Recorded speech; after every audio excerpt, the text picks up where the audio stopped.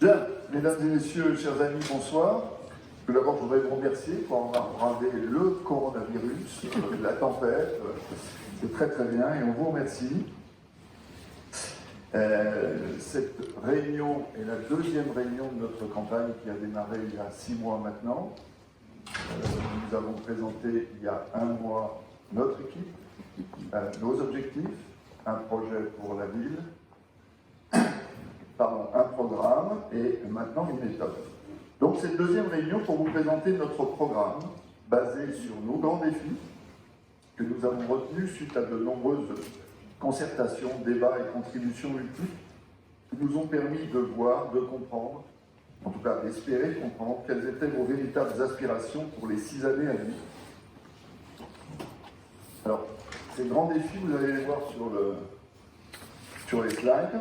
Pour mémoire, l'environnement, l'urbanisme, l'économie, l'emploi, le social, la gestion communale, le bien-être, la sécurité et la propreté, et la transparence de l'action municipale, la méthode. Alors j'ai bien conscience qu'une présentation d'un programme, c'est toujours un peu fastidieux.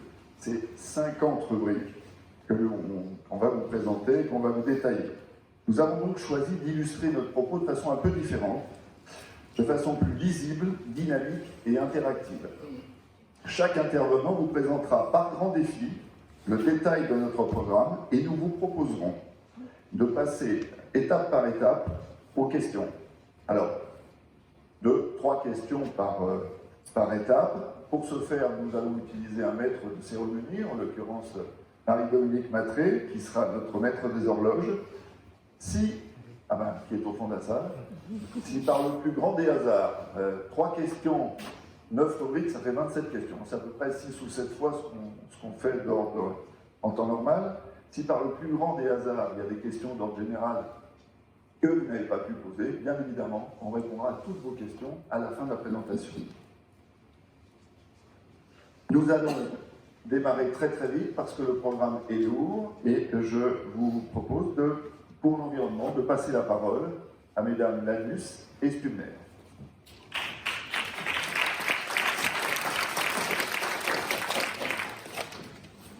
Mesdames, Messieurs, bonsoir. Mesdames, Messieurs, bonsoir. Donc, nous allons protéger le lac marin à long terme. Nous voulons pérenniser notre lac par un désensablement concerté et responsable, c'est-à-dire dans le respect de la santé et de la biodiversité. Nous souhaitons favoriser et encourager les activités nautiques, canoë, voile et baignade, ceci afin de préserver l'écosystème. Renforcer l'assise autour du lac. Nous réhabiliterons la promenade afin de la rendre plus agréable et accessible au plus grand nombre. En particulier les familles avec des poussettes et les personnes à mobilité réduite. Nous veillerons à faire respecter l'arrêté d'interdiction au vélo en date du 15 juin 2012. Raccorder au réseau d'assainissement collectif des habitations non connectées. Nous nous engageons à terminer l'assainissement des habitations non connectées car c'est une priorité en termes de protection de l'environnement. La plupart de ces habitations se situent entre lac et océan, à Super-Hossegor et quelques terrains sur Sorte-Hossegor, des terrains isolés. Il reste 500 habitations non reliées sur 5700 existantes. Vu la délégation au service eau et assainissement à la Lyonnaise des eaux, nous ferons une étude de faisabilité. Donc je vais passer la parole à mon amie Léna pour la suite de l'environnement. Bonsoir.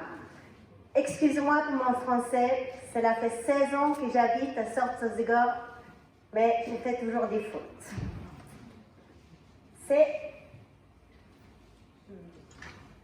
Nous sommes très heureuses de vous montrer les 3 points suivants. Favoriser de bonnes pratiques écologiques. Nous voulons installer des jardins partagés, des circuits courts alimentaires pour favoriser les producteurs locaux. Installer des poubelles à tri à 4 compartiments, partout. Plastique, métallique, carton et déchets normaux. Mettre des cendriers, notamment sur les plages, sur les places et des places publiques. Installer des points d'eau pour boire et pour remplir des gourdes sur les plages, autour de lacs, au centre-ville, etc. Encourager des déplacements éco-responsables. On voudrait créer des stations de recharge pour les voitures électriques, agrandir des réseaux de pistes cyclables, et nous pensons notamment à éventuellement mettre une piste cyclable pour aller à l'école de Chien-Liège, pour que les enfants puissent se rendre à l'école en toute sécurité. Assurer la protection de la faune et la flore. Nous voulons encourager la plantation des fleurs sauvages pour que les abeilles, les papillons, les coccinelles, etc. reviennent. Mettre des filets pour récupérer les déchets plastiques dans les ruisseaux afin de préserver l'océan, par exemple dans les barques. Merci beaucoup.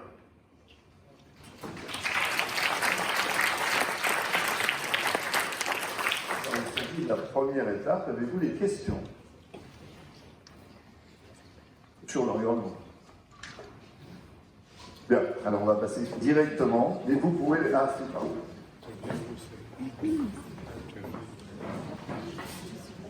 Bonjour, Philippe Carrier.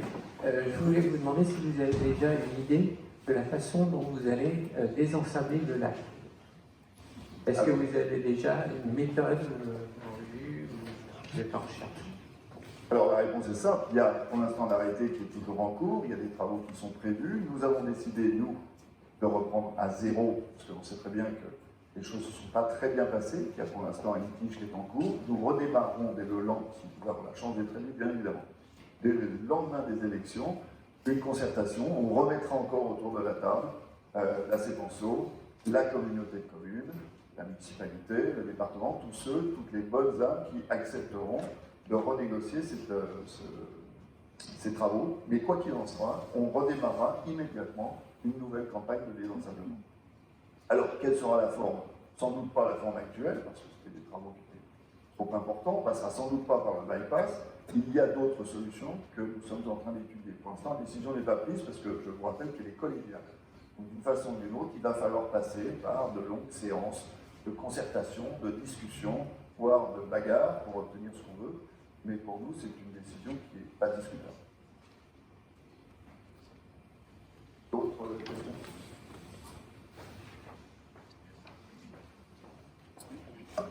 Comment comptez-vous prendre plus maniable, si on peut dire, enfin, le tour du lac, parce que si on veut que les poussettes et tout ça puissent passer, ça laisse supposer qu'il y aura plus de verdure,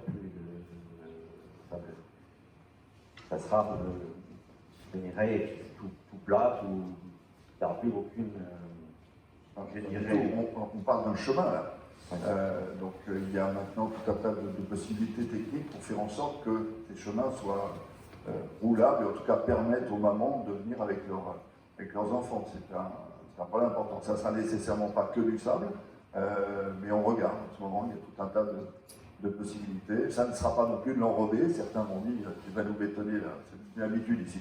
Le tour du lac, non, mais il y a tout un tas de possibilités.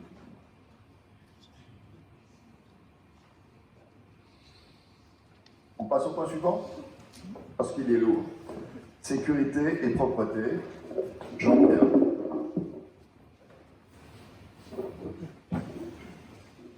Bonsoir mesdames, bonsoir messieurs. Sécurité et propreté. Éclairage public. L'arrêté municipal du 18 octobre 2018 sur la coupure de l'éclairage public sur la commune n'était pas dans les promesses de campagne de M. le maire en 2014. C'est une décision discriminante vis-à-vis des habitants, puisque certains quartiers ont conservé l'éclairage toute la nuit et toute l'année. D'ailleurs, pour la sécurité et pour prévenir le risque de délinquance, l'éclairage public reste allumé du 15 juin au 15 septembre. Donc, les autres mois de l'année, les résidents sont dans l'insécurité la nuit.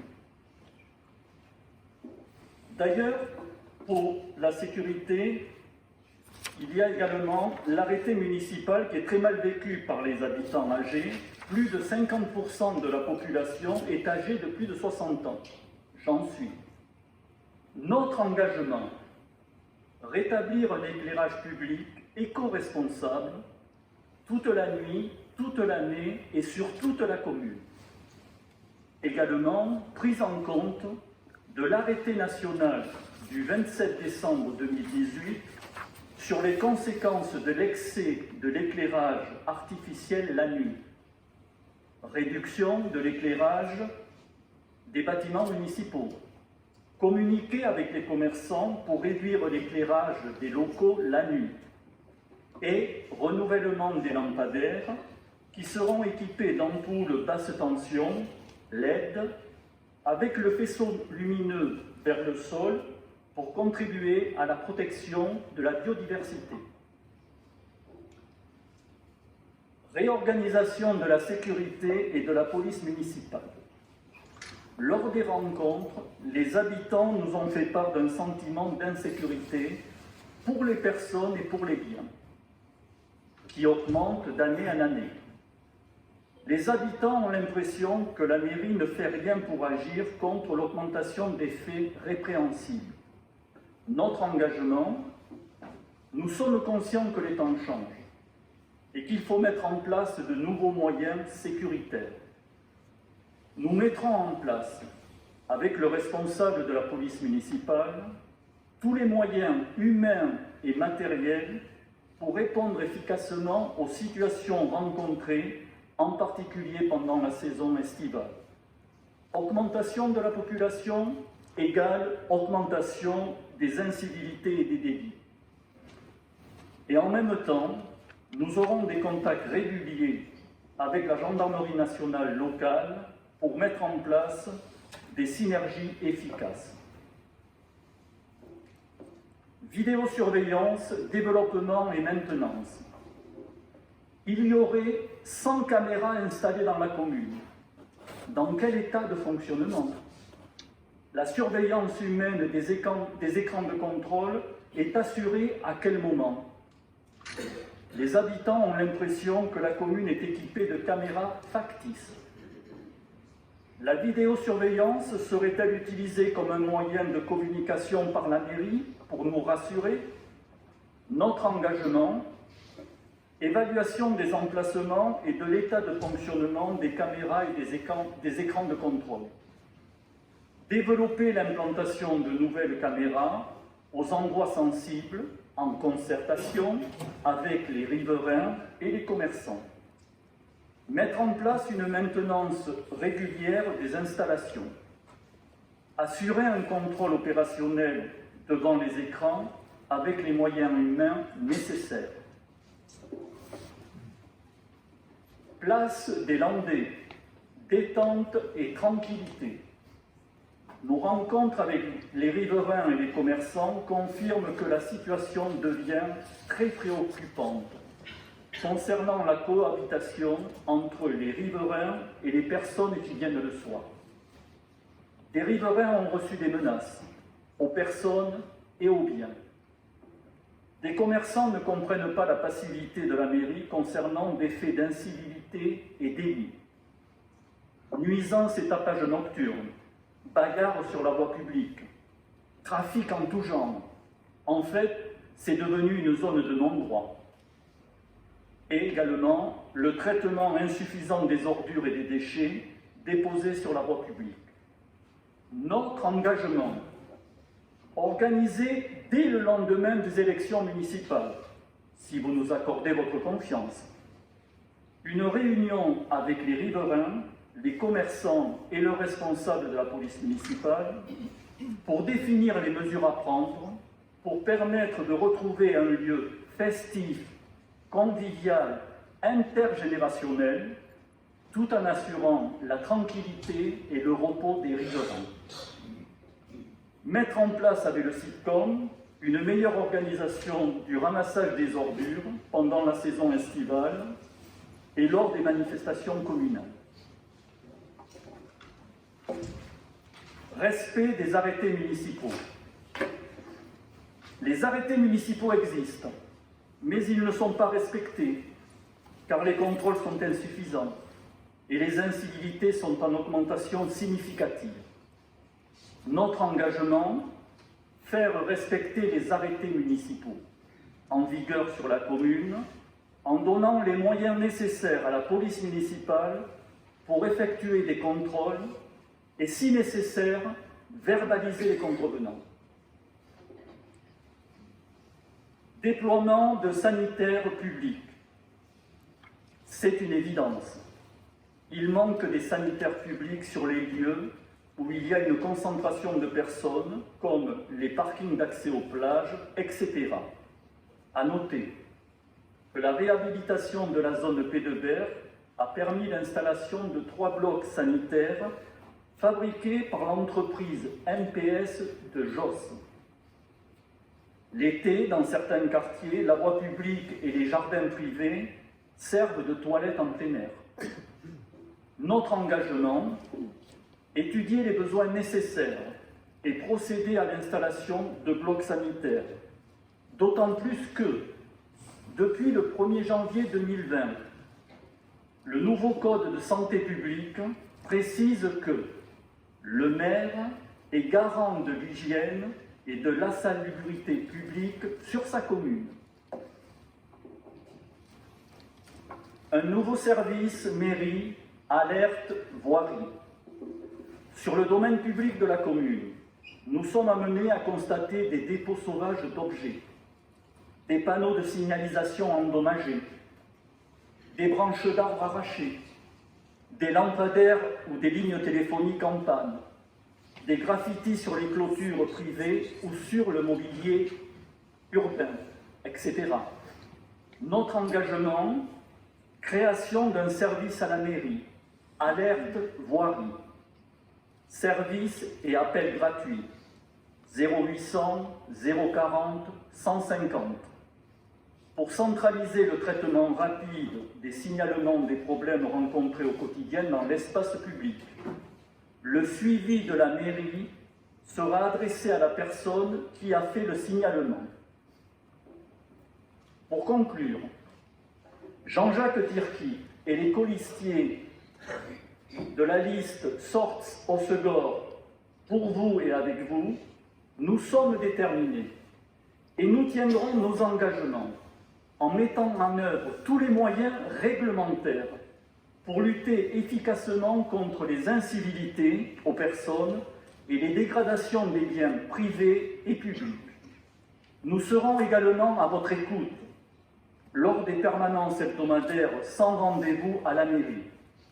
Nous avons le devoir d'assurer et de garantir la sécurité et la tranquillité des habitants pour le bien vivre ensemble à Sorts-Hossegor.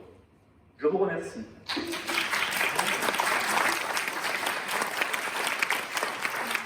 Des questions sur le sujet de la propreté, de la sécurité.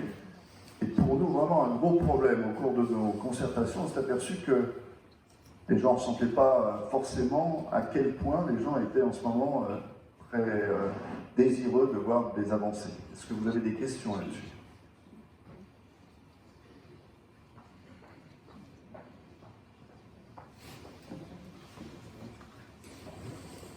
J'ai juste une petite question, bonsoir. Ça concerne l'explosion des cambriolages sur la commune. Je voulais savoir si vous aviez prévu quelque chose justement à cet effet pour lutter contre les cambriolages qui sont extrêmement présents à Hossegor et les alentours bien sûr, mais aussi beaucoup à Hossegor.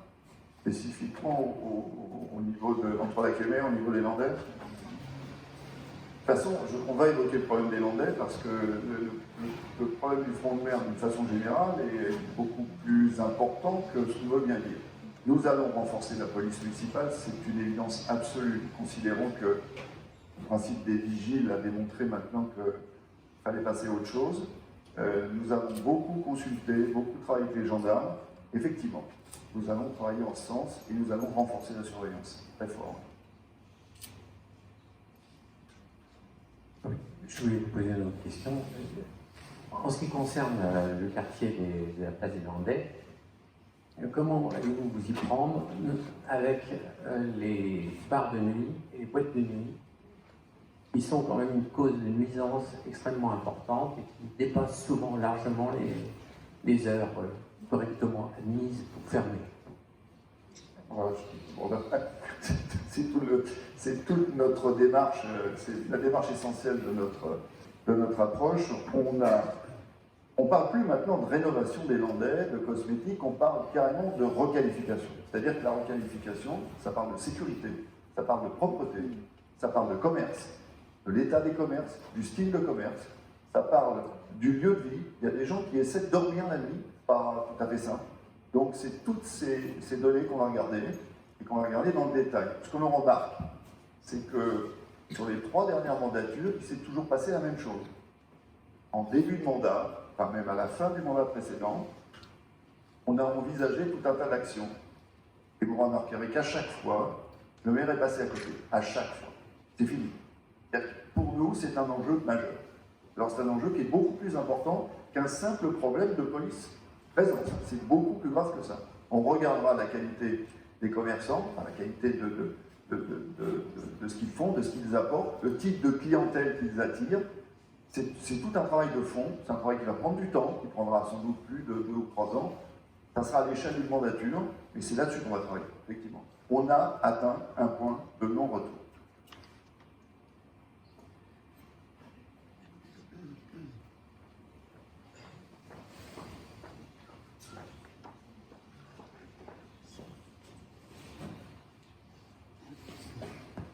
Bonsoir, Dylan Meras. Donc, concernant la sécurité, donc effectivement, donc place des Landais, il y a de la consommation en fait, d'alcool et des bons. Si, avec de l'alcool. Voilà, du bon.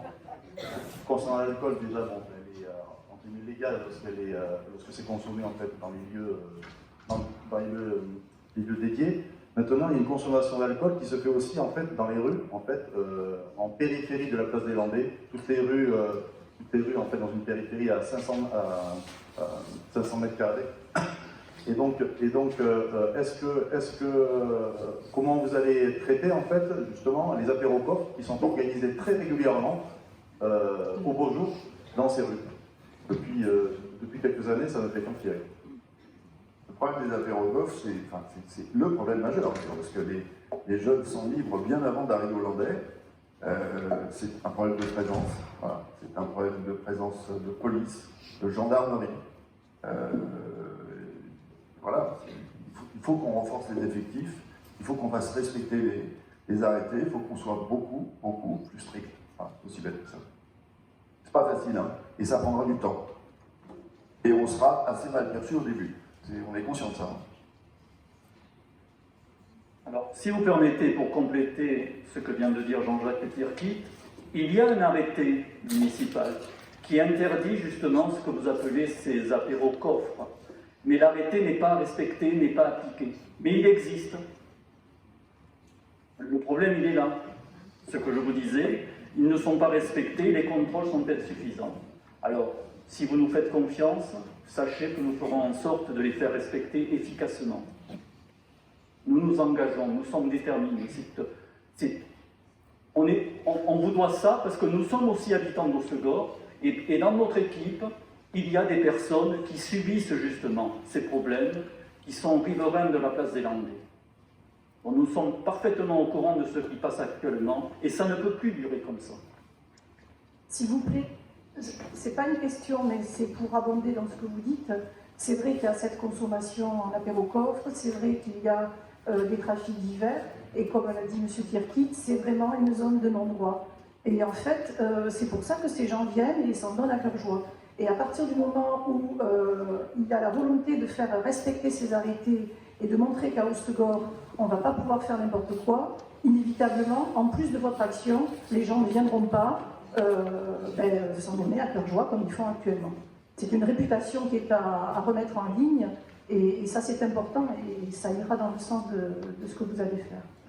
Alors j'entends bien ce que vous dites, madame, et effectivement, nous sommes convaincus que ce ne sont pas les jeunes d'Hossegor qui se comportent comme ça. Ce sont des jeunes qui viennent de l'extérieur pour la plupart. Et pourquoi ils viennent de l'extérieur? Parce qu'ils savent qu'effectivement c'est une zone de non-droit et qu'ils peuvent faire ce qu'ils veulent. Effectivement, ce n'est pas notre jeunesse qui fait ça ici. Et l'été c'est différent. Là, ça peut être des jeunes qui sont dans des maisons sur Hossegor, ou sortent Hossegor ou dans les alentours.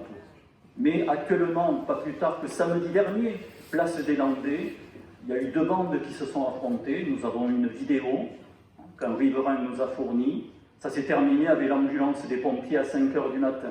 Et nous voyons 2 bandes qui s'affrontent dans la venue des hippocampes. C'est inacceptable. Je vous propose de passer au point suivant, si vous n'avez plus de questions dans la salle.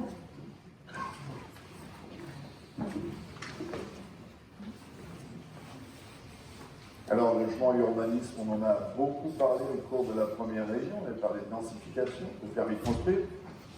Alors, comment préserver notre cité-jardin? C'est sans doute le défi majeur de cette mandature. N'oublions pas qu'on a eu à subir la loi ALUR, pas forcément une mauvaise loi dans d'autres cas de figure, mais qui nous a posé d'énormes problèmes. La perte de compétences au profit de la communauté urbaine. Alors, comment conserver, protéger notre architecture, notre patrimoine? La mise en œuvre du SPR, dont j'ai beaucoup entendu parler, le site patrimonial remarquable dans le cadre du nouveau PLUI, c'est une première étape. Et c'est une étape importante qui fait suite à la VAP. C'est perfectible. Je vais regarder dans le détail, il y a des choses à retravailler, c'est évident, mais c'est une première étape importante. On compte beaucoup là-dessus, on va beaucoup travailler là-dessus. Alors, il peut passer des choses au travers des mailles du filet, il peut y avoir des problèmes. Je pense à la construction qui fait l'objet d'une procédure maintenant.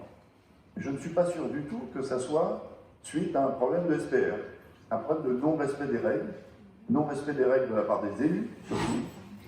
Et donc, il faudra regarder ça dans le détail. Restaurer l'éclat du Sporting Casino.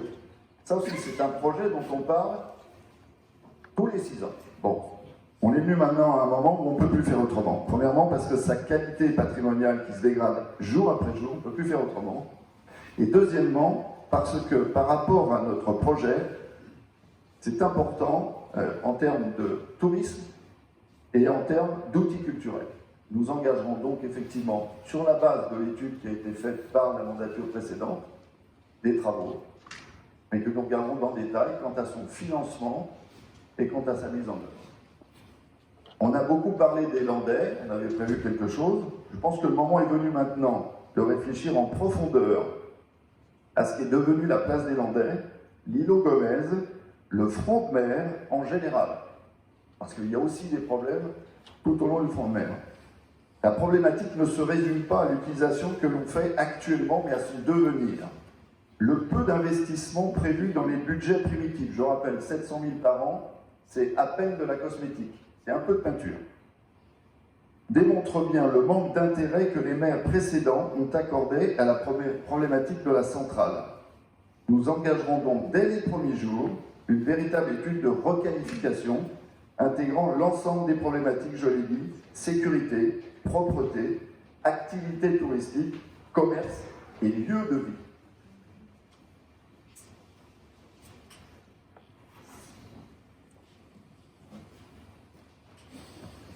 Deuxième grand sujet, c'est l'accession à la propriété pour nos jeunes. C'est devenu un objectif prioritaire.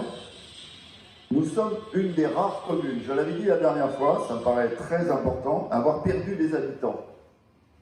Nous sommes à 3700 maintenant, nous étions à 3500 maintenant, nous étions à 3716, on a perdu 6%.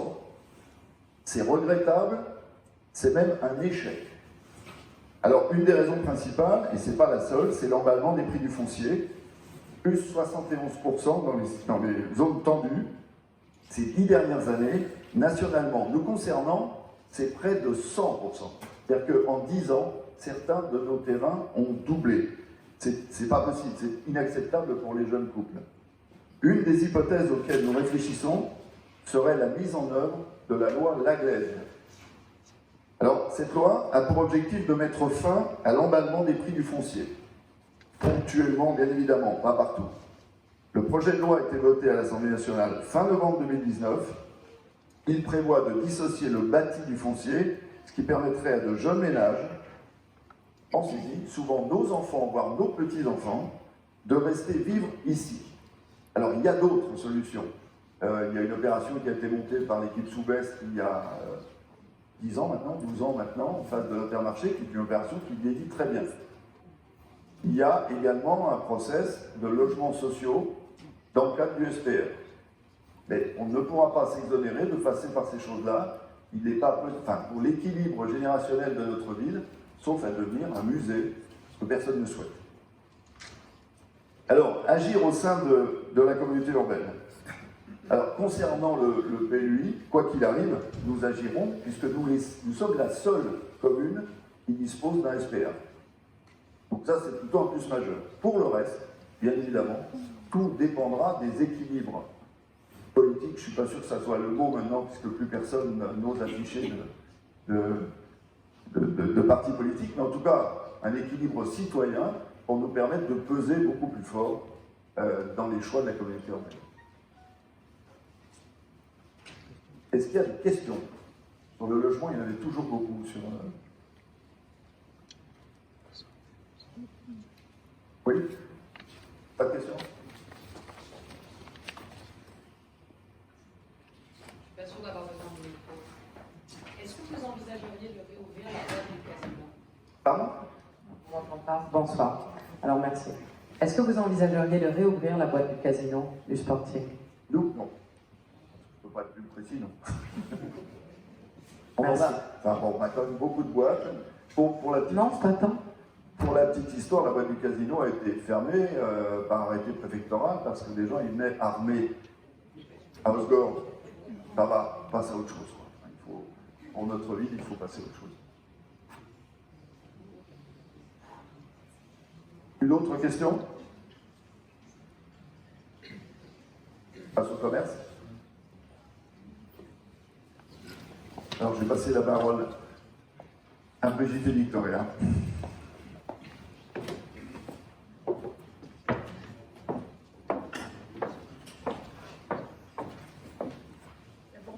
Bonsoir à tous.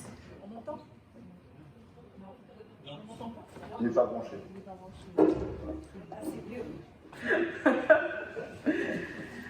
Donc, premier thème, restaurer les relations commerçants-mairie. Je reprendrai notre slogan pour vous et avec vous, qui est très significatif tout au long de notre campagne. D'abord, nous avons à cœur d'instaurer un dialogue entre commerçants et mairie. Comment? Eh bien, en créant un poste de manager des commerces pour Sorts-Osgore. Son rôle, faire le relais entre terrain et mairie. Accompagner tous les commerçants dans leurs projets et surtout leurs difficultés.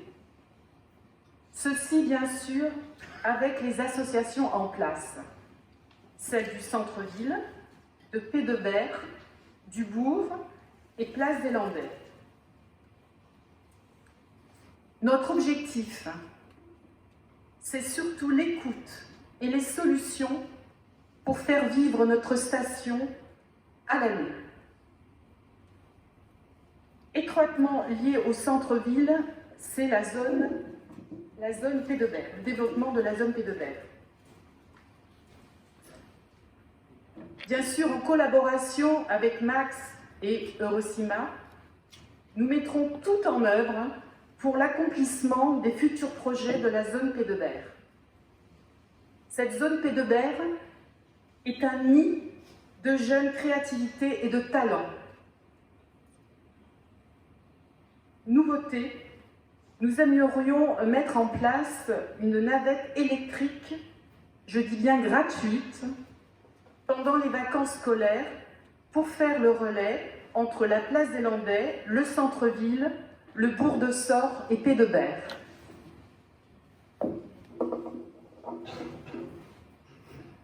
Troisième thème, accompagner l'ouverture des commerces à l'année.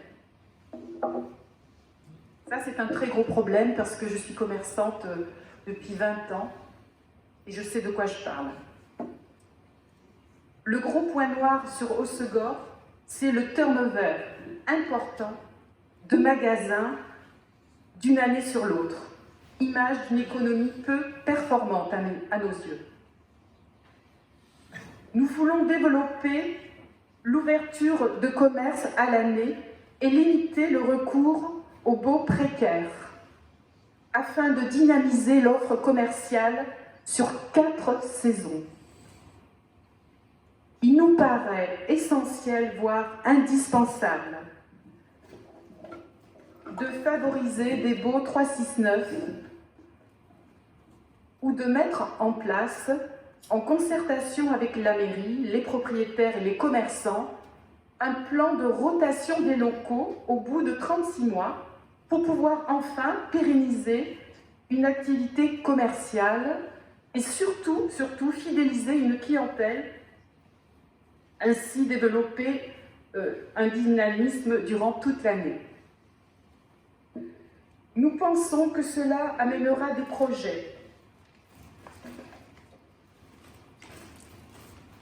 projets commerciaux surtout structurés au service des consommateurs et intéressera également des enseignes de qualité afin de promouvoir en France et à l'étranger l'élégance océane.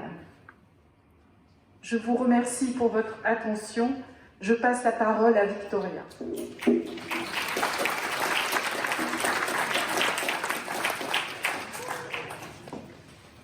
Bonsoir à tous, je suis ravie d'être avec vous ce soir pour développer ces 3 derniers axes sur la partie économie et emploi. Alors, charte d'urbanisme commercial. Pourquoi une charte d'urbanisme commercial ? Avant tout pour conserver notre belle image de l'élégance océane à laquelle nous tenons tous, mais aussi pour une homogénéité esthétique de nos commerces, un bien-être et un bien vivre ensemble, et un centre-ville éco-responsable. Éco-responsable par l'utilisation de matériaux nobles pour nos enseignes ou nos devantures. Évitons le plastique le plus possible. Pensons à végétaliser davantage ou encore aux poubelles à tri. Notre but, bien sûr, est un commerce et une identité visuelle de qualité. Cette charte sera conçue avec des professionnels en collaboration avec les différents services de la mairie. Elle sera adaptée pour le centre-ville, la place des Landais, ainsi que la zone Pé-de-Berre et le bourg de Sorte. Nous étudierons aussi à travers elle l'aménagement d'un parking réservé aux commerçants, ainsi que des signalétiques et actions conséquentes pour limiter au maximum le problème de partage pistes cyclables et piétons au centre-ville. N'oublions pas non plus l'étude importante de l'accessibilité au commerce pour les personnes à mobilité réduite. Dynamiser le tissu économique, activité événementielle sur 4 saisons. Nous travaillerons en étroite collaboration avec nos associations des commerçants afin de créer un calendrier événementiel et commercial pour toute l'année.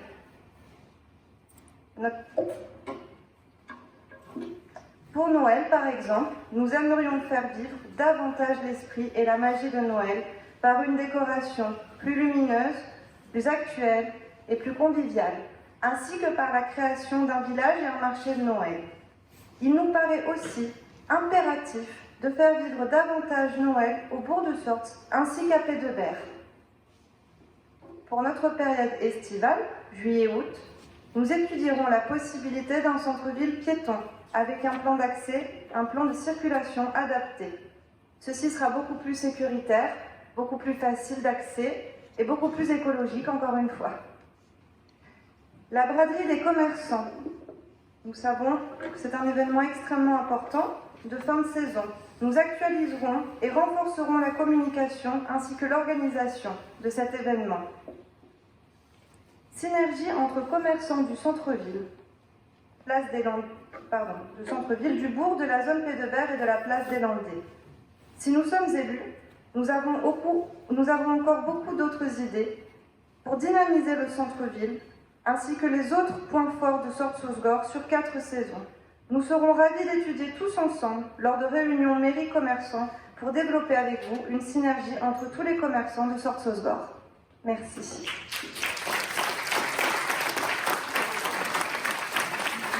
Avez-vous des questions?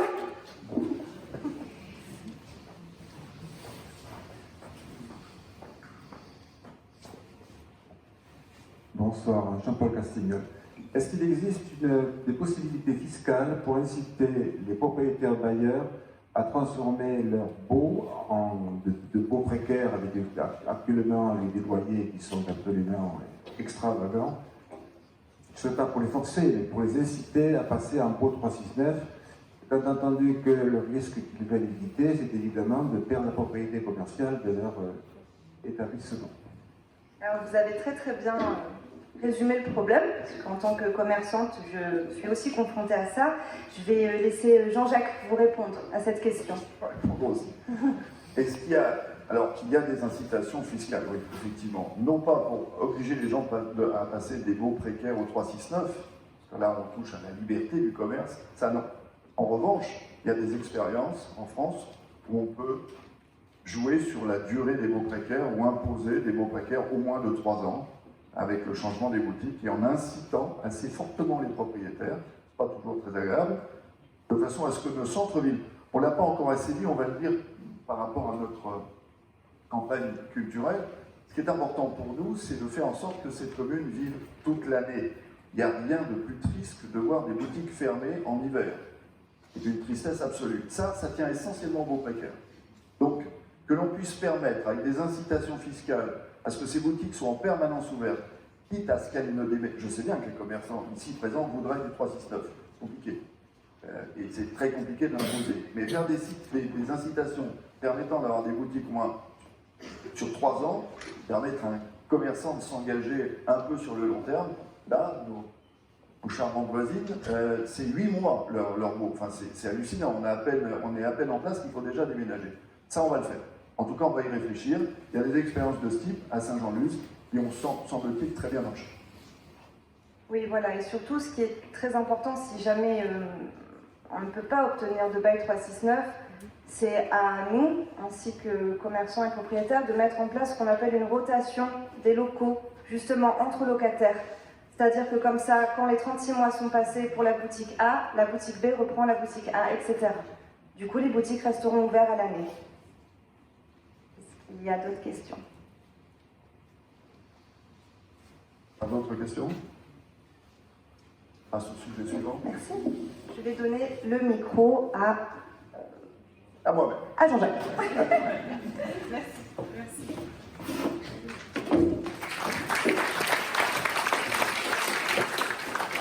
Alors, la gestion communale.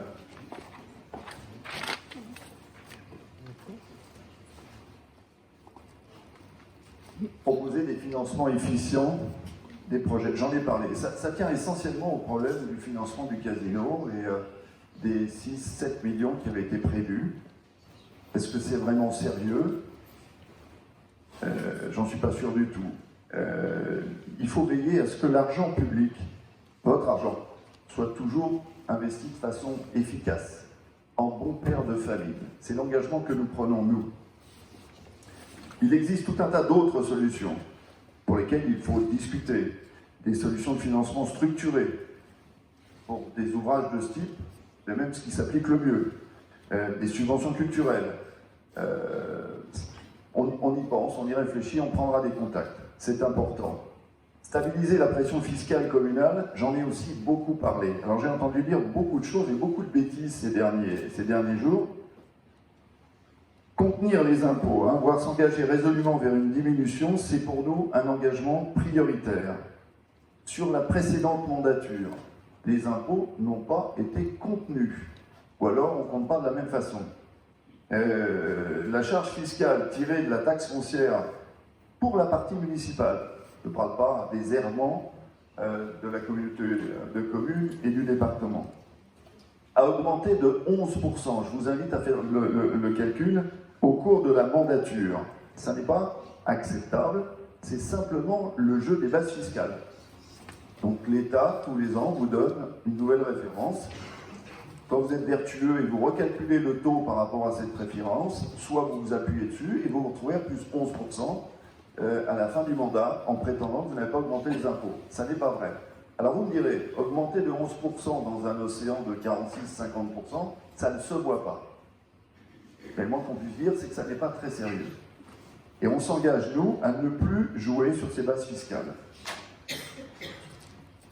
Agir au sein de la MAX, c'est tout à fait dans le même esprit. Comment voulez-vous que les communautés de communes aient une approche fiscale vertueuse alors que les propres maires ne l'ont pas?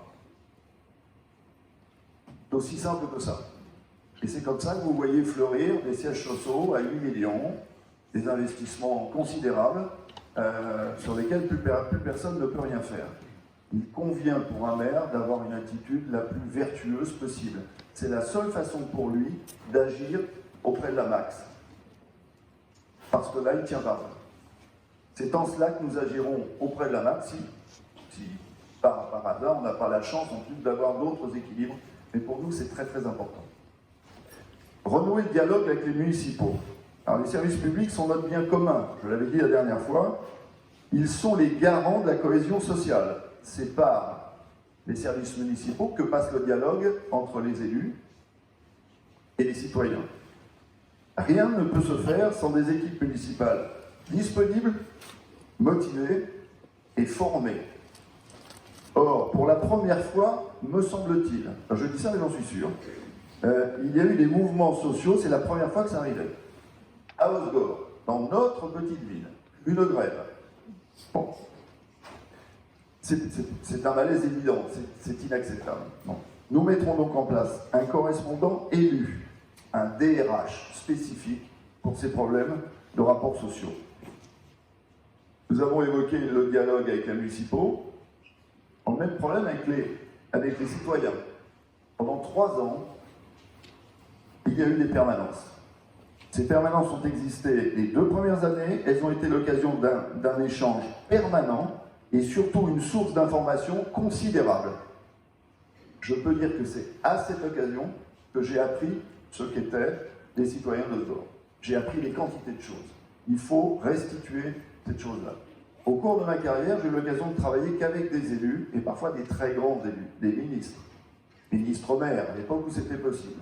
Tous, je dis bien tous, avaient un jour par semaine, ou un jour tous les 15 jours maximum, c'est le cas de Bortra, c'était le cas de Bourgois, c'est le cas de Canuet, c'est le cas de tous ces grands-mères, qui recevaient de 8h du matin à 8h le soir, sans rendez-vous. Ça n'est pas possible à Osgore de faire un truc comme ça?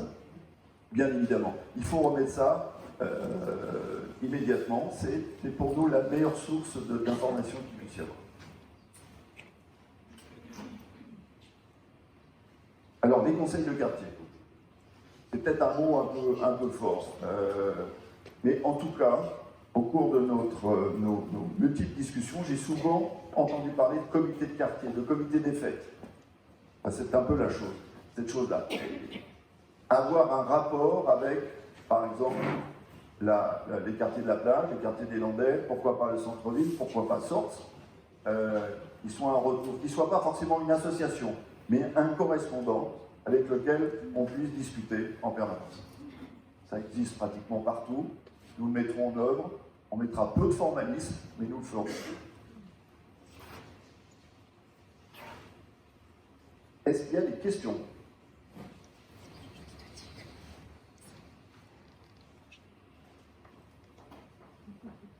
Tu devrais rester au milieu chaque fois qu'il fait. Elle fait tout le chemin à chaque fois. Bon, j'avoue que j'habite au Portugal, qui est la plage blanche, et que quand il y a eu les travaux, j'ai toujours eu des discussions et offert des cafés aux gens qui faisaient les travaux, qui étaient privés. Je que je connais bien, pardon, c'est ça que vous voulez dire?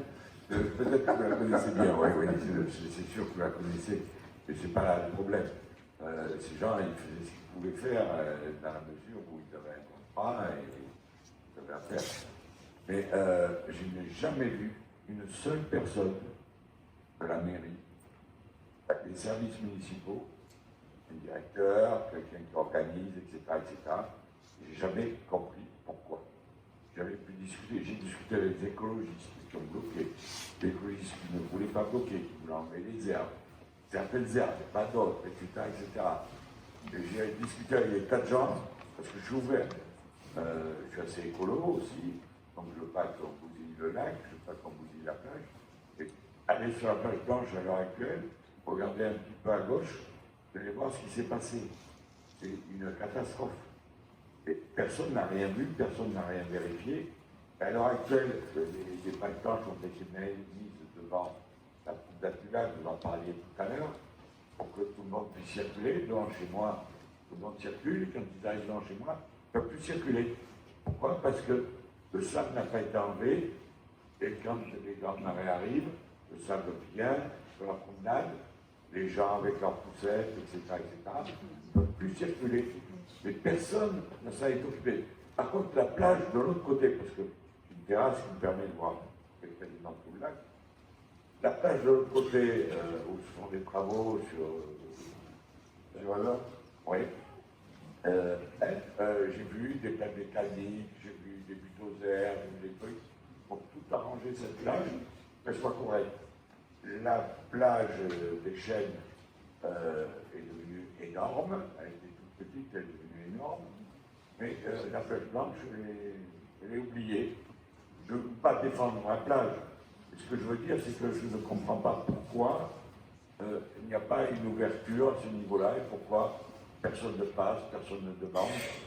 C'est pas des travaux gigantesques, des petits travaux qui permettraient d'avoir une promenade correcte et une plage correcte. Je peux difficilement vous répondre.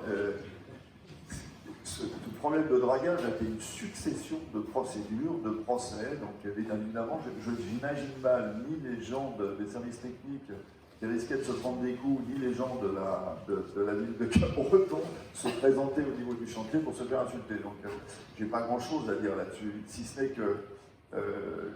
n'est qu'encore une fois, c'est l'exemple parfait d'un projet et d'un chantier raté. Parce que pas de concertation, parce que pas d'information, parce que voilà. Donc, je ne peux rien dire d'autre, j'y étais pas, j'ai commencé l'opération et j'ai démissionné entre-temps, je ne sais pas ce qui s'est passé. Ce que je sais, c'est que c'est un échec total. Il faudra reprendre à zéro. Enfin, voilà. Je ne peux rien dire d'autre. D'autres questions? Bon, on continue. La culture, qui sera fondamentale dans notre mandature. Et le sport, pardon.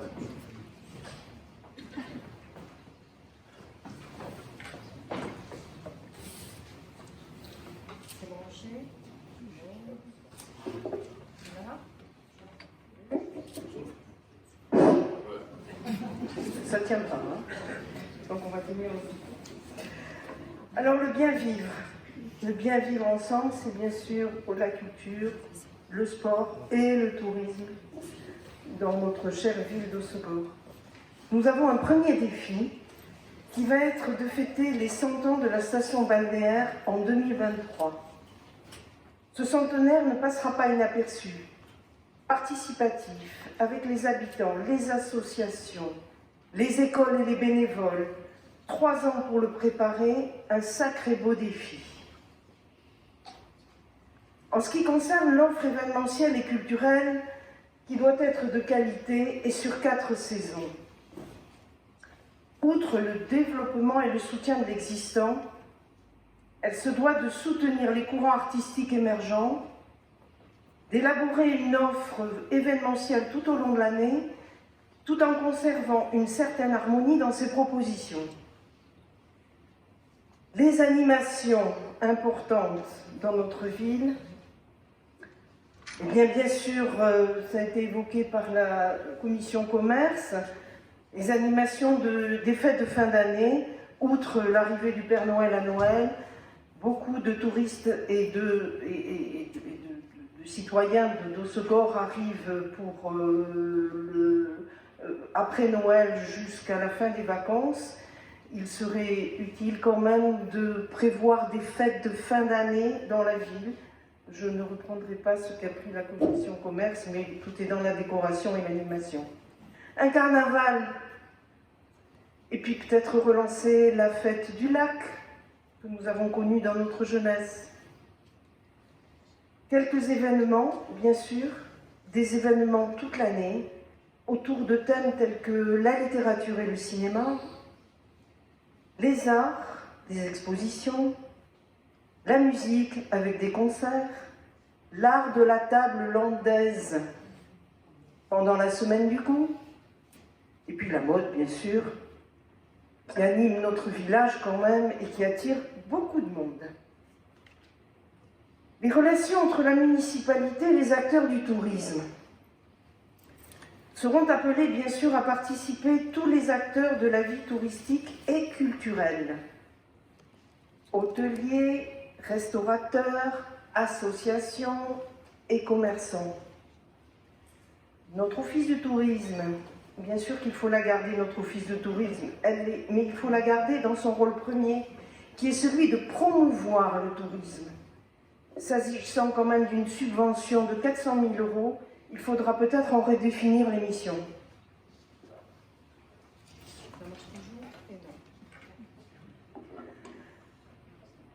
Un soutien aussi au développement des artistes locaux et émergents. Les fondements et ingrédients d'une politique culturelle, économique et touristique sont ceux de l'histoire de la ville. C'est pourquoi Hossegor doit rester la cité des talents et de l'art de vivre intergénérationnel. Il est inadmissible qu'une cité balnéaire comme la nôtre n'ait pas une salle de spectacle digne de ce nom, avec des équipements permettant d'accueillir des petites compagnies et du public. Aussi, il appartiendra de faire un recensement des structures que nous possédons et d'en déterminer leur destination afin de les adapter à nos besoins. Premièrement, la ferme de Bienne, site protégé. Vu son emplacement, son volume, son jardin, la proximité d'une aire de jeu, l'ouverture d'une ludothèque où enfants, parents et grands-parents pourront accompagner leur petite tête blonde, celle de Cabreton étant complètement saturée et difficilement accessible pour nous. Des activités y seront proposées également durant les vacances scolaires. Le soleil n'est pas toujours garanti dans notre ville et d'autres propositions sont bien intéressantes, pour les enfants en tout cas.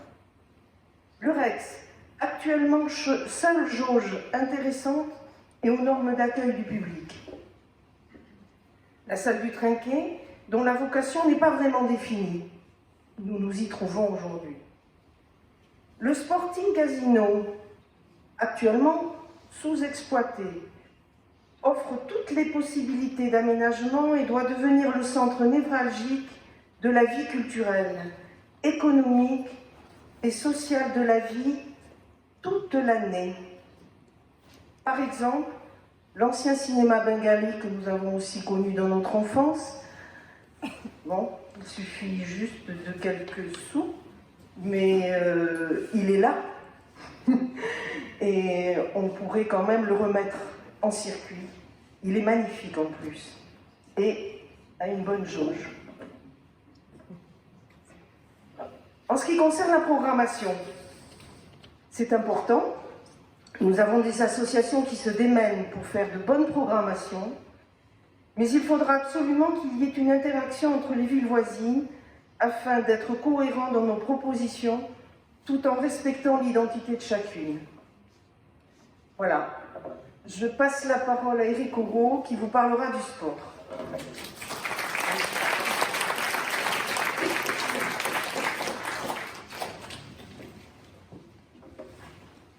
Merci Hélène. Bonsoir à tous. Le sport, socle de notre belle cité d'Hossegor. Le sport en 3 axes. avec la création de l'Office municipal des sports, une étude sur la création de nouveaux espaces de pratique sportive, et puis le lien entre les générations autour de la pratique sportive.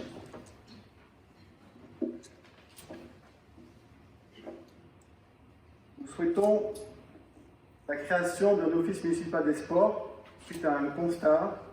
Aujourd'hui, c'est plutôt l'office du tourisme qui est en charge de certains événements sportifs. On se dit que l'office du tourisme, comme vient de l'évoquer Hélène, n'a pas vocation à assumer ce rôle. Nous constatons également l'absence d'une structure commune aux nombreuses associations sportives qui ne permet pas un développement cohérent de l'offre sportive. Où est-ce qu'on va installer et abriter cet office municipal des sports? Tout simplement à la mairie d'Aussegor. Quel en sera son rôle? Cette structure aura pour mission, aux côtés de l'équipe municipale, de rassembler les acteurs du sport de notre cité et de créer une cohérence dans la politique sportive et une multitude de synergies dans la mise en œuvre d'événements sportifs.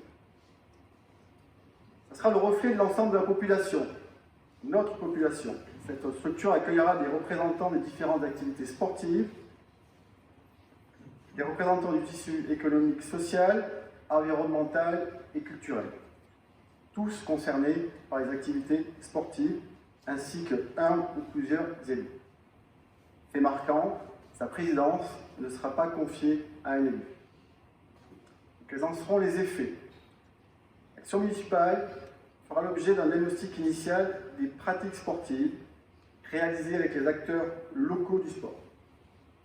Ce diagnostic permettra de définir les objectifs, le plan d'action et les modalités d'évaluation de la politique sportive que nous mènerons en concertation.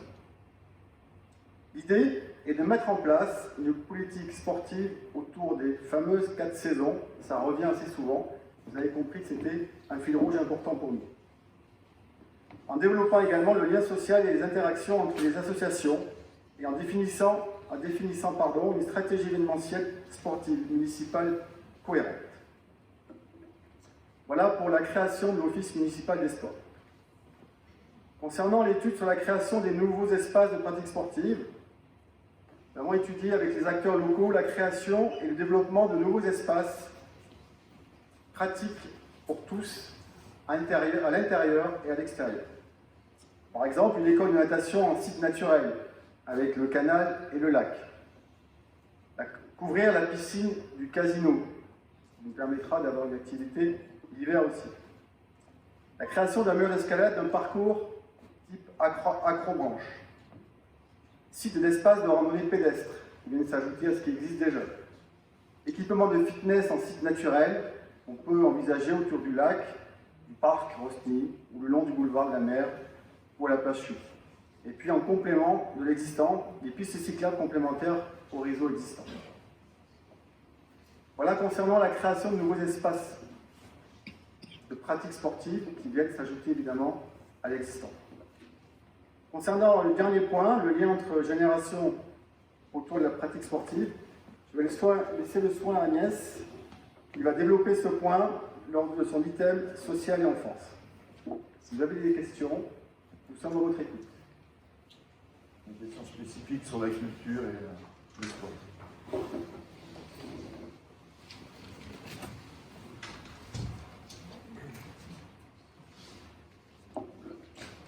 Terpite sur la gestion du golf. Vous avez indiqué vouloir faire appel à la concurrence au moyen d'une DSP si vous êtes élu. Attendrez-vous la fin de la convention qui nous lie à la mairie, fin 2022, ou déciderez-vous de résilier la convention immédiatement? Pourquoi cette décision, alors que la gestion actuelle donne entière satisfaction depuis 1927 et que la loi ne vous impose pas cet appel à une DSP, ainsi que vous le savez très bien? S'agissant d'une activité qui n'est pas d'intérêt public, ne craignez-vous pas une nouvelle gestion uniquement axée sur le commerce, sur le commercial, avec en particulier la fin de notre école de golf qui enseigne à 150 enfants, Et je ne parle pas évidemment du vote qui pourrait être celui des nombreux habitants de Segor, membres de l'association du golf. Ah ben, la question. Je l'attendais, M. Castiglione, je vous attendais sur le sujet. Alors, je note déjà deux grosses contre-vérités que vous connaissez. Je n'ai jamais dit, jamais, vous étiez là à la précédente réunion, semble-t-il, vous ne m'avez pas écouté, que nous allons faire appel à une DSP. J'ai dit qu'il y avait deux possibilités. La première, la régie. La deuxième, la DSP. Donc, pour l'instant, ça n'est pas décidé, ça sera décidé dans le cadre du conseil municipal. Premier point. Deuxième point, trois contre-vérités, j'en avais oublié. C'est une obligation légale. Je sais bien que vous ne l'admettez pas, mais c'est une obligation légale. Je vous propose de retourner à la dernière revue sortie il y a 6 mois maintenant sur la gestion des golfs en France. Et ils expliquent par le menu qu'il faut faire appel à un appel d'offres, que c'est une obligation et qu'on ne s'y souscrira pas, sauf si vous voulez ne pas respecter la loi, ce qui est le libre choix du futur élu. Troisième point, vous ne pouvez pas systématiquement, parce que ça c'est plus une contre-vérité, c'est carrément de la mauvaise foi, parler de votre école de golf qu'on va remettre en péril. Tout ça est défini dans le cadre d'un cahier des charges. Si vous définissez le bon cahier des charges, vous aurez une bonne réponse à vos demandes. Et ça n'est pas une société, mais quand bien même une société privée, quand bien même, le diable, une société privée gagnerait cet appel d'offres, elle devra se conformer très exactement au cahier des charges. Et si dans le cahier des charges, vous décidez de bloquer le mercredi pour les enfants, cette société privée fera selon le cahier des charges et respectera les règles. Et je sais que chez vous, c'est une habitude, c'est une litote, d'essayer de faire peur aux gens, c'est ridicule, ça n'a aucun sens.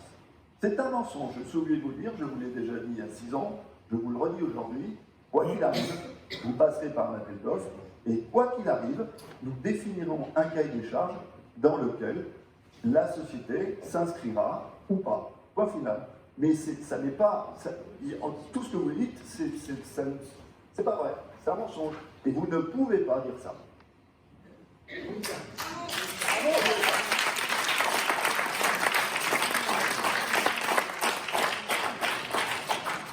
Et je vous assure et je vous parie que les deux élus concurrents, s'ils avaient la chance d'être élus, feront très exactement ce que j'ai dit, parce que le risque, le délit de favoritisme, ça fait très très mal. Ça, ce n'est pas sûr. Eh bien, on verra. Voilà une chose qui est claire. Rien n'empêche une association de gagner aussi cet appel à la... Oui, vous avez tout à fait raison. Exactement. On peut aussi. C'est bizarre d'ailleurs, vous ne semblez pas sûr de votre qualité là, parce que vous pensez que vous ne gagnerez pas. De manière générale, les cahiers des charges établis à l'occasion de changement d'exploitant sont tellement compliqués que l'association a de l'incapacité de s'intégrer préférentiellement. Ça soit trop compliqué pour Je vous propose de passer à la question suivante. Dans l'intermédiaire, je pense que les problématiques du golf n'intéressent pas tous les habitants d'Ossegor. Il y a une dernière, une question suivante qui devra être pratique. Oui, il y a une question ici. Il y a une autre question? Ah, pardon. Oui. Concernant les arènes d'Ossegor et le stade où il n'y a plus de tribunes depuis maintenant 2 ans.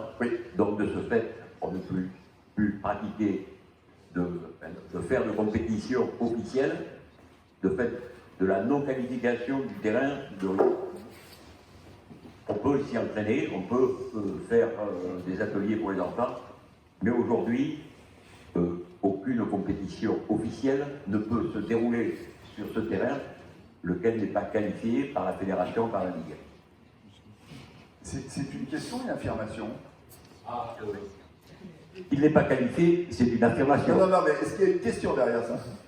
Oui, non, mais que comptez-vous faire pour reconstruire des tribunes et repasser à la qualification du terrain? Très clairement, la construction des tribunes est prévue dans le budget primitif, à hauteur de 1,4 million, je crois. La question qu'on peut se poser, c'est est-ce qu'on va simplement utiliser ce 1,4 million pour refaire des tribunes, ou ne pas réfléchir, dans le cadre de l'Office municipal d'export, pour utiliser cette tribune autrement que pour un match de rugby, tous les 15 jours. Parce que je le rappelle que vous ne jouez pas, vous partagez les équipements sportifs avec Cabreton. Donc, bien évidemment, il y aura des tribunes, ça paraît important. Le rugby à Cabreton est fondamental.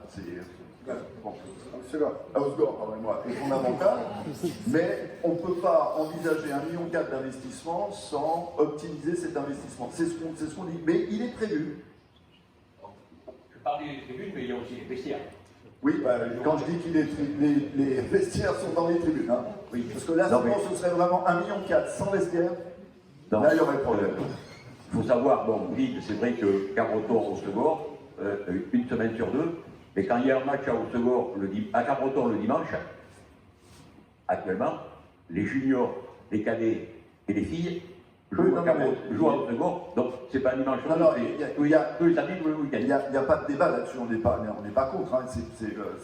Simplement, je vous annonce que c'est prévu, que c'est dans le budget initial, et qu'a priori, il n'y a aucune raison pour qu'on ne le fasse pas. Ce que l'on veut faire, c'est l'optimiser. Voilà.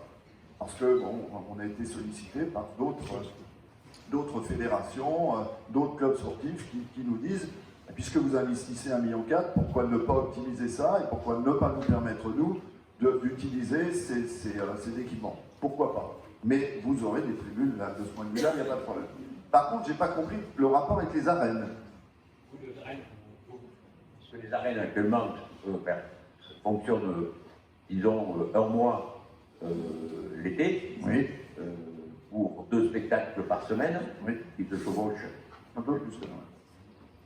Donc 2 spectacles par semaine, Taureau Passion et Bourg de Hache. Non, mais après plus d'un mois, je veux dire.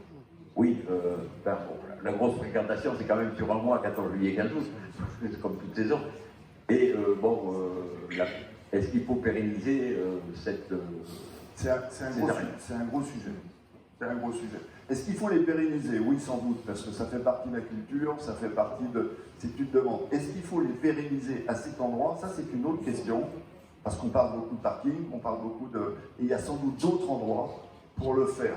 Mais c'est un sujet sensible. Hein. J'ai le souvenir d'avoir vu des gens un peu nerveux par rapport au déplacement des arènes. Donc on regardera ça avec beaucoup de circonspection. Oui, bonsoir, Hervé Plaine. Il y a quelques années, il y avait la salle des Bourdaines qui faisait salle comble lorsqu'il y avait des concerts de jazz. Je pense qu'une ville comme Haussegor, une ville balnéaire, pourrait profiter de ce vide pour le combler et organiser quelque chose ici à Haussegor. Quand on voit des villages ou des villes plutôt comme Marciac qui ont maintenant une renommée internationale, je pense que Haussegor pourrait faire quelque chose. Alors là, je vais répondre. Là, il adore la musique. Non, je peux dire quelque chose quand même. Nous avons un musicien, comme futur maire peut-être, et qui joue de la batterie dans un orchestre. Donc, il est à même de vous répondre. Je peux répondre. C'est un sujet qui me passionne, donc vous l'avez compris. On a la chance d'avoir l'ancien directeur des Bourdaines parmi nous, qui est un ami aussi. Le problème des Bourdaines, je pense que, à titre personnel, a été une faute politique grave, très grave. On aurait très bien pu s'associer entre Seignos et Haussegor pour faire de cette salle une salle de concert mythique. C'est quand même hallucinant de penser qu'on disposait de 2500 places, que l'on remplissait, que Romain remplissait fréquemment pour des villages comme les nôtres. Vous me parlez de Marciac, je pense que pour moi c'est un endroit de rêve, j'y vais tous les ans, et nous rêvons, si nous avons la chance de pouvoir être élus, effectivement d'organiser un festival de jazz qui pourrait s'appeler Jazz et Blues, qui pourrait s'appeler par exemple Musique au lac, ou des choses comme ça. Mais alors là, on parlait des nuits entières, vous avez raison, il y a la clientèle, il y a l'environnement, tout est bon pour organiser des concerts ici, parce qu'il y a une appétence à la musique et à la culture d'une façon générale qui est au-dessus de la moyenne. Ça tient à notre sociologie. Parce que les gens qui viennent à ces concerts de jazz, comme c'était le cas au Bourdaines, ce ne sont pas seulement des gens d'Haussegor ou même des alentours. Il y avait des gens de Bordeaux, de Pau, de plein d'autres régions qui y venaient. Tout à fait. Et moi, j'ai même connu le concert de Téléphone. Vous prêchez un convaincu, là. Excusez-moi, je prends juste la parole sur le sujet, parce que moi et Laurence, on a dirigé la salle pendant 12 ans. Donc on a fait rêver les gens, tout se passait très bien dans le meilleur des mondes. La question qu'il faut se poser, c'est comment vous pouvez imaginer que 2 élus ont réussi en 15 jours à casser 12 ans de travail. Voilà, c'est ce qui s'est passé. Donc je crois que la culture est primordiale pour tous. On parlait de la place des Landais, je pense qu'on a tous été jeunes, on souhaite le rester. S'il y a des soucis pour les jeunes, c'est parce qu'il n'y a pas d'animation les concernant, il n'y a rien de spécifiquement organisé pour eux. Je pense que vous allez vous en occuper, et tant mieux. Et voilà, donc la culture est rassembleuse, est importante, est essentielle. Voilà, mais bon, il y a des gens qui font du tort. C'est pour ça qu'il faut des fois faire des choix importants sur une certaine utopie sociale. C'est vrai qu'il y a encore 2 ans, on avait dit Bridgewater, Marcus Miller, Stanley Clark, voilà, tout marchait bien. Il y a 2 personnes que je ne vais pas citer parce que je ne voudrais pas être aussi maladroit pour les critiquer. Voilà, mais c'est un vrai sujet. C'est que des gens peuvent détruire et nous on souhaite construire, ce qui est important. Voilà, bonne soirée, c'est moi juste pour ça.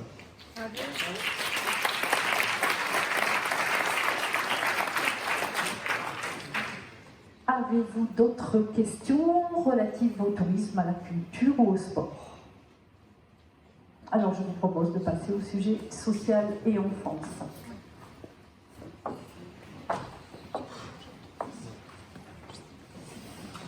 Bonsoir à toutes. Bonsoir à toutes et à tous. Social et petite enfance. Pour les jeunes couples et enfants, adapter l'offre aux besoins des jeunes couples. Alors pourquoi opter pour la création de micro-crèches privées alors que notre crèche municipale est dotée d'une grande capacité d'accueil et a du mal à faire le taux plein? Notre solution est d'envisager d'adapter et étendre les horaires d'ouverture et de fermeture de cette crèche et de la garder éventuellement ouverte durant le mois d'août. Nous sommes une ville touristique, ne l'oublions pas. Pérenniser les actions de l'accueil de loisirs et les activités périscolaires. Alors il est vrai que la mise en place des TAP a été une sorte de combat. Aujourd'hui, un équilibre a été trouvé. Nous saurons être à l'écoute et assurerons le lien entre l'accueil de loisirs, le personnel encadrant et le corps enseignant. Moderniser et créer des aires de jeu. Alors nous allons revoir complètement l'aire de jeu du parc Rosny, devenue obsolète et dangereuse. Nous souhaitons créer d'autres espaces, notamment à la plage, au Point d'Or par exemple, ou alors comme le disait Hélène tout à l'heure, pourquoi pas faire éventuellement une ludothèque à la ferme de Bienne. Pour les aînés, lutter contre l'isolement et rechercher le maintien à domicile. L'espérance de vie augmente, c'est un fait. Mais comment bien vieillir et ne pas se retrouver seul? Nous allons promouvoir les maisons partagées ou colocations. C'est déjà expérimenté dans d'autres communes, on n'invente rien. Il s'agira pour nous de mettre les personnes en relation pour les aider dans cette démarche, afin qu'ils ne soient plus seuls, que le partage des frais leur permette de s'offrir de petits plaisirs et tout simplement leur donner le sourire. Nous allons créer des ateliers rencontres intergénérationnelles avec les associations existantes, avec l'accueil de loisirs ou encore Hossegor Espace culturel et loisirs.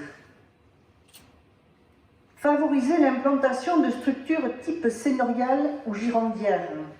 Ce sont des résidences sécurisées et encadrées par des équipes qualifiées 7 jours sur 7, avec logement indépendant et adapté, avec services de restauration et animation. Accompagner le développement du sport sur ordonnance. Le bien-être et le bien vieillir passe aussi par une activité physique sportive. Un décret adopté en 2017 accorde le droit aux médecins de prescrire le sport pour aller mieux. Nous allons donc accompagner cette démarche, soit en intégrant un réseau existant, comme à Biarritz, ou en créant via l'OMS un réseau adapté en se rapprochant des associations existantes dans notre secteur. Pour tous, faciliter l'accession à la propriété. Alors, comme déjà évoqué par Jean-Jacques avec la loi Laglaise, ou alors encourager la construction en accession à la propriété avec le COL ou autre organisme. Effectuer un audit sur le parc locatif communal.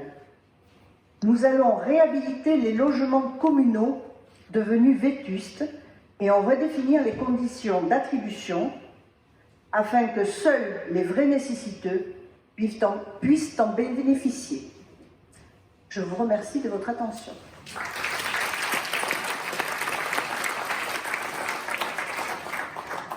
Y a-t-il des questions?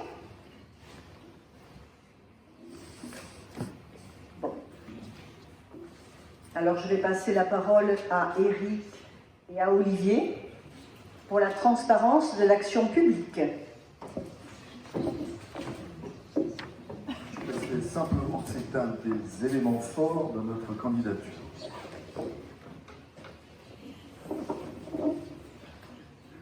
Bonsoir à toutes et à tous. Nous voilà donc arrivés à notre 8e et dernier sujet, à savoir la transparence de l'action publique. Cette transparence de l'action publique renvoie à la relation de confiance des élus et entre les élus et les citoyens. C'est pourquoi il faut évoquer l'engagement. L'engagement des élus qui doit être un engagement plein et entier. À partir du moment où un candidat, quelle que puisse être sa position au sein d'une liste, a sollicité la confiance de ses concitoyens, alors, en retour, il se doit de s'investir totalement dans la vie municipale. Cela passe notamment par sa présence aux séances du conseil municipal. Ces séances seront d'ailleurs, si nous sommes élus, retransmises sur Internet et en direct.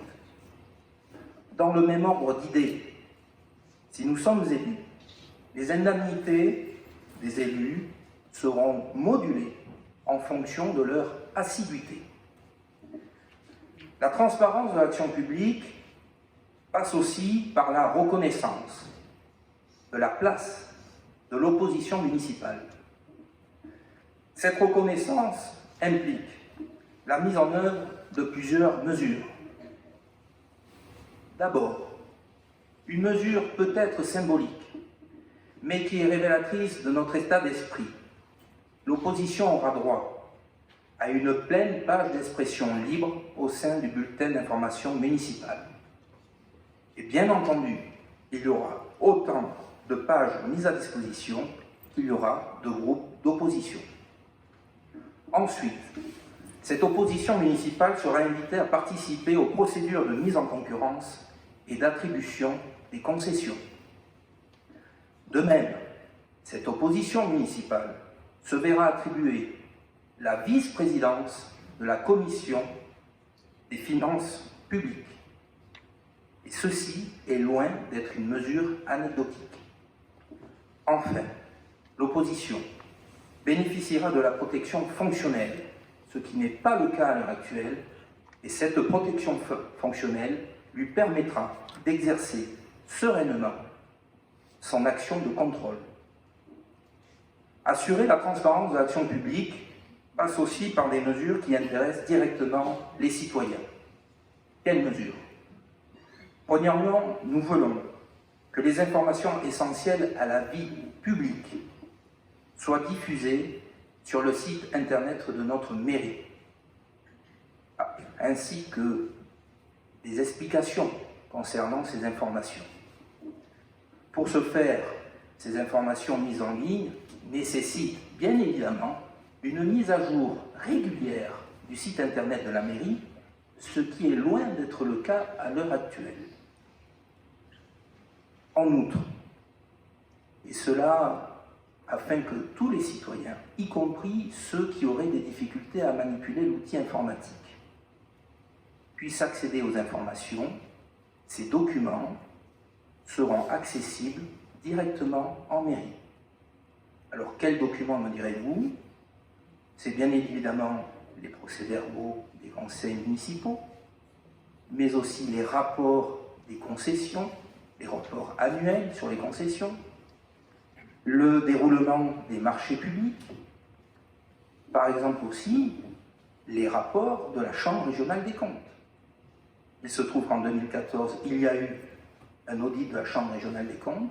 Je vous mets au défi de trouver ce rapport sur le site de la mairie. Deuxièmement, nous voulons intégrer les habitants de Sortossegor dans la vie de la commune. Il faut ici s'arrêter à un nouvel outil que nous voulons mettre en place, la commission d'éthique.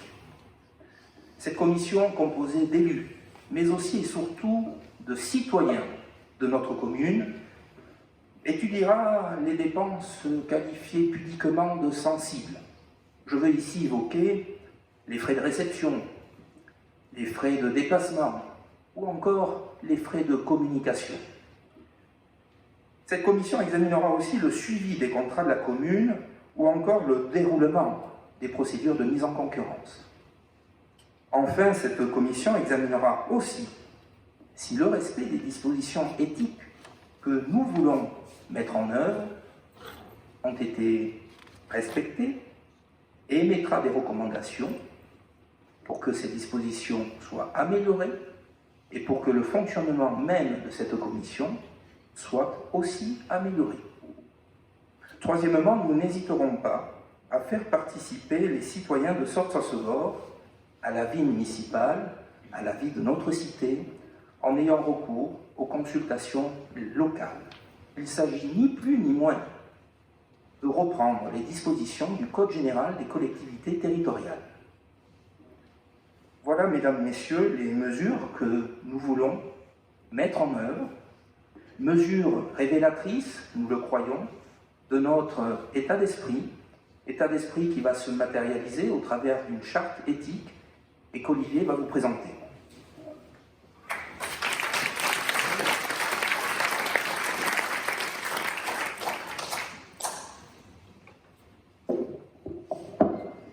Chers amis, bonsoir. D'abord, avant de commencer, un petit point par rapport à ce qui s'est passé tout à l'heure sur le sujet du golf. Une simple précision, il est tout de même extraordinaire de continuer à toujours entendre les mêmes approximations, les mêmes inepties et les mêmes erreurs. Il reste 15 jours de campagne, peut-être 3 semaines de campagne, et je peux vous dire, monsieur, que je mettrai toute mon énergie, et toute l'équipe mettra son énergie, à faire triompher la vérité et triompher le respect des lois. Et je trouve inacceptable qu'on essaie encore une fois de coller sur le dos de Jean-Jacques toujours les mêmes erreurs. Voilà ce petit point qui permet une mise au point. Parce que si on trouve que le sujet est trop technique, si le sujet est trop compliqué pour l'équipe qui se présente, mais personne ne les oblige à prendre les manettes de la mairie. Ils laissent la place à une équipe compétente.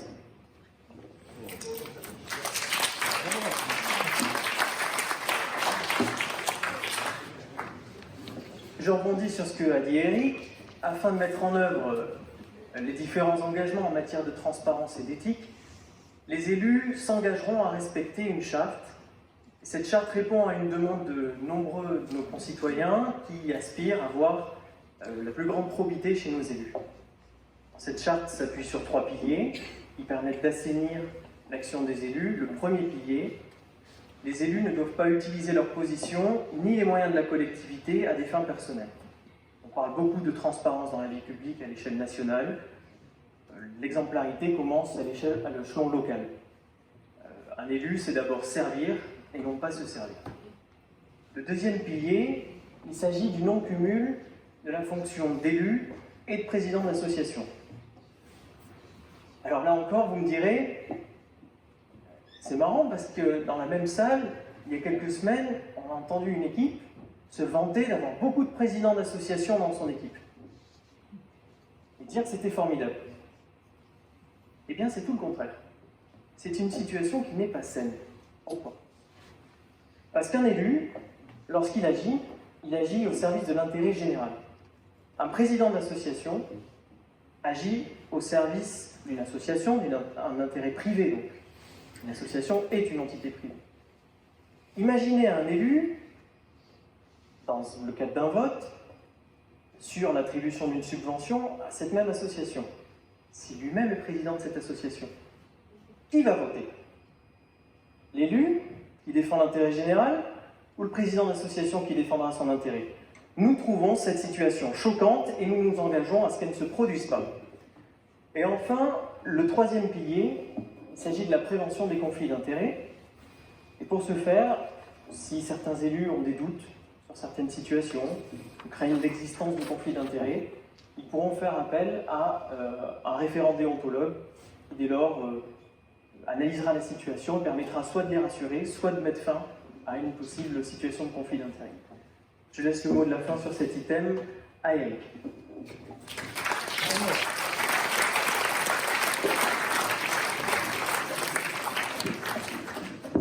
Oui.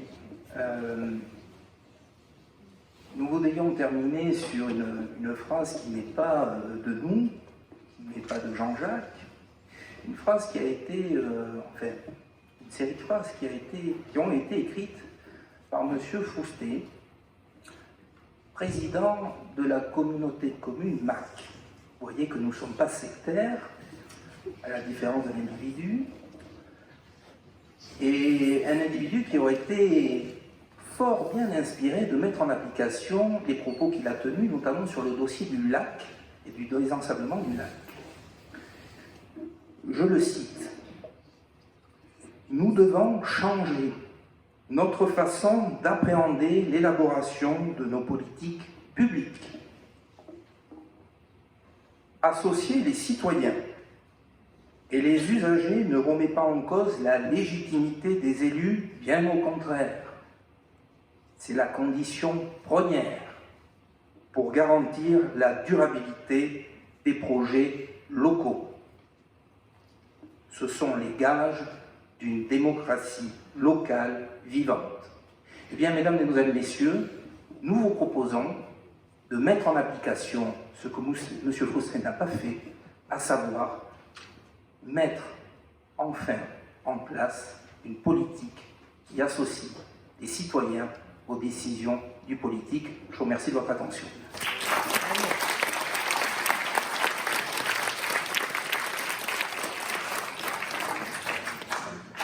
Alors, il y a pas mal de questions. Ceci dit, y a-t-il encore des questions d'ordre général, voire personnel? Ouais.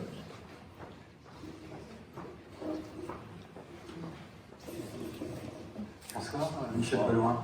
À travers l'ensemble de la présentation que vous avez fait ce soir, particulièrement intéressante votre travail, j'aurais aimé savoir, puisque j'ai cru comprendre que nous perdions des habitants depuis ces deux réunions, j'aurais aimé savoir précisément, et sur un petit peu tous les items, parce que c'est un petit peu l'objet, quelle est votre politique pour attraire de nouveaux habitants sur Osgore? Quelle est votre politique d'accueil de ces nouveaux habitants, votre politique d'accompagnement dans leur installation? Alors, l'accueil, elle passe essentiellement par les facilités en termes d'accession à la propriété. C'est essentiellement ça. Après, toutes les présentations que vous avez vues portent sur notre façon d'aborder l'activité d'Osgore sur l'année. Quand on parle des 4 saisons, et on en a parlé très souvent, c'est vrai pour toutes les activités. Il faut redonner ce dynamisme. Je suis retraité, j'ai le droit de le dire. Je trouve qu'il y a trop de retraités à Osgore.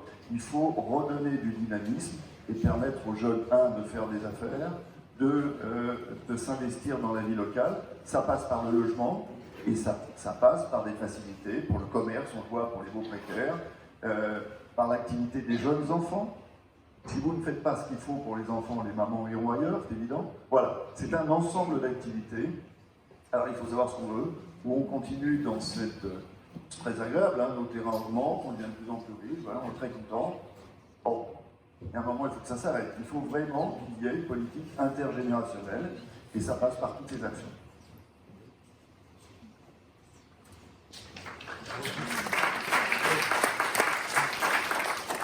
Mesdames, Messieurs, bonsoir. Je me présente. Pour ceux qui ne me connaissent pas, je suis Ilana Selman, je suis résidente à South Osgore. Posez le micro plus fort. Est-ce que c'est mieux? Oui, ça y est. Vraiment? Allez. Je reprends. Mesdames, messieurs, bonsoir. Je me présente. Donc, je me prénomme Lana Selman et je suis résidente à Sorts-au-Segor depuis une quinzaine d'années. Je suis dirigeante de la société Saïsaï, qui possède également son siège à Sorts-au-Segor. Cette société est propriétaire de Murs Place des Landais et également avenue des Hippocampes depuis 12 ans. J'exploite également un fonds de commerce depuis 14 ans, ayant pour activité bar-restauration sous l'enseigne commerciale La Maison Blanche. Je suis ici ce soir pour établir certaines vérités. Vous avez, lors de votre première réunion publique, abordé le sujet de l'urbanisme et avez dit, je cite, « Le projet désastreux de la Maison Blanche, place des Landais, qui n'est plus acceptable ». Alors si vous le voulez bien, je fais un petit rappel du projet que je pense que tout le monde connaît maintenant. Je ne sais pas si c'est assez visible.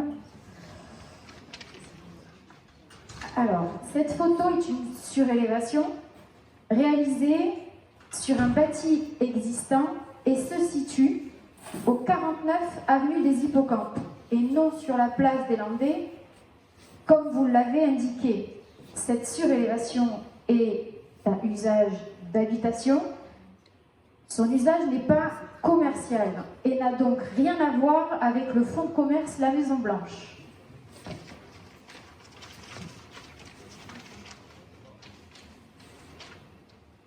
Comment une telle confusion est-elle possible émanant d'une personnalité publique qui souhaite accéder à la plus haute magistrature locale, le poste de maire de la ville de Sorts-au-Segor?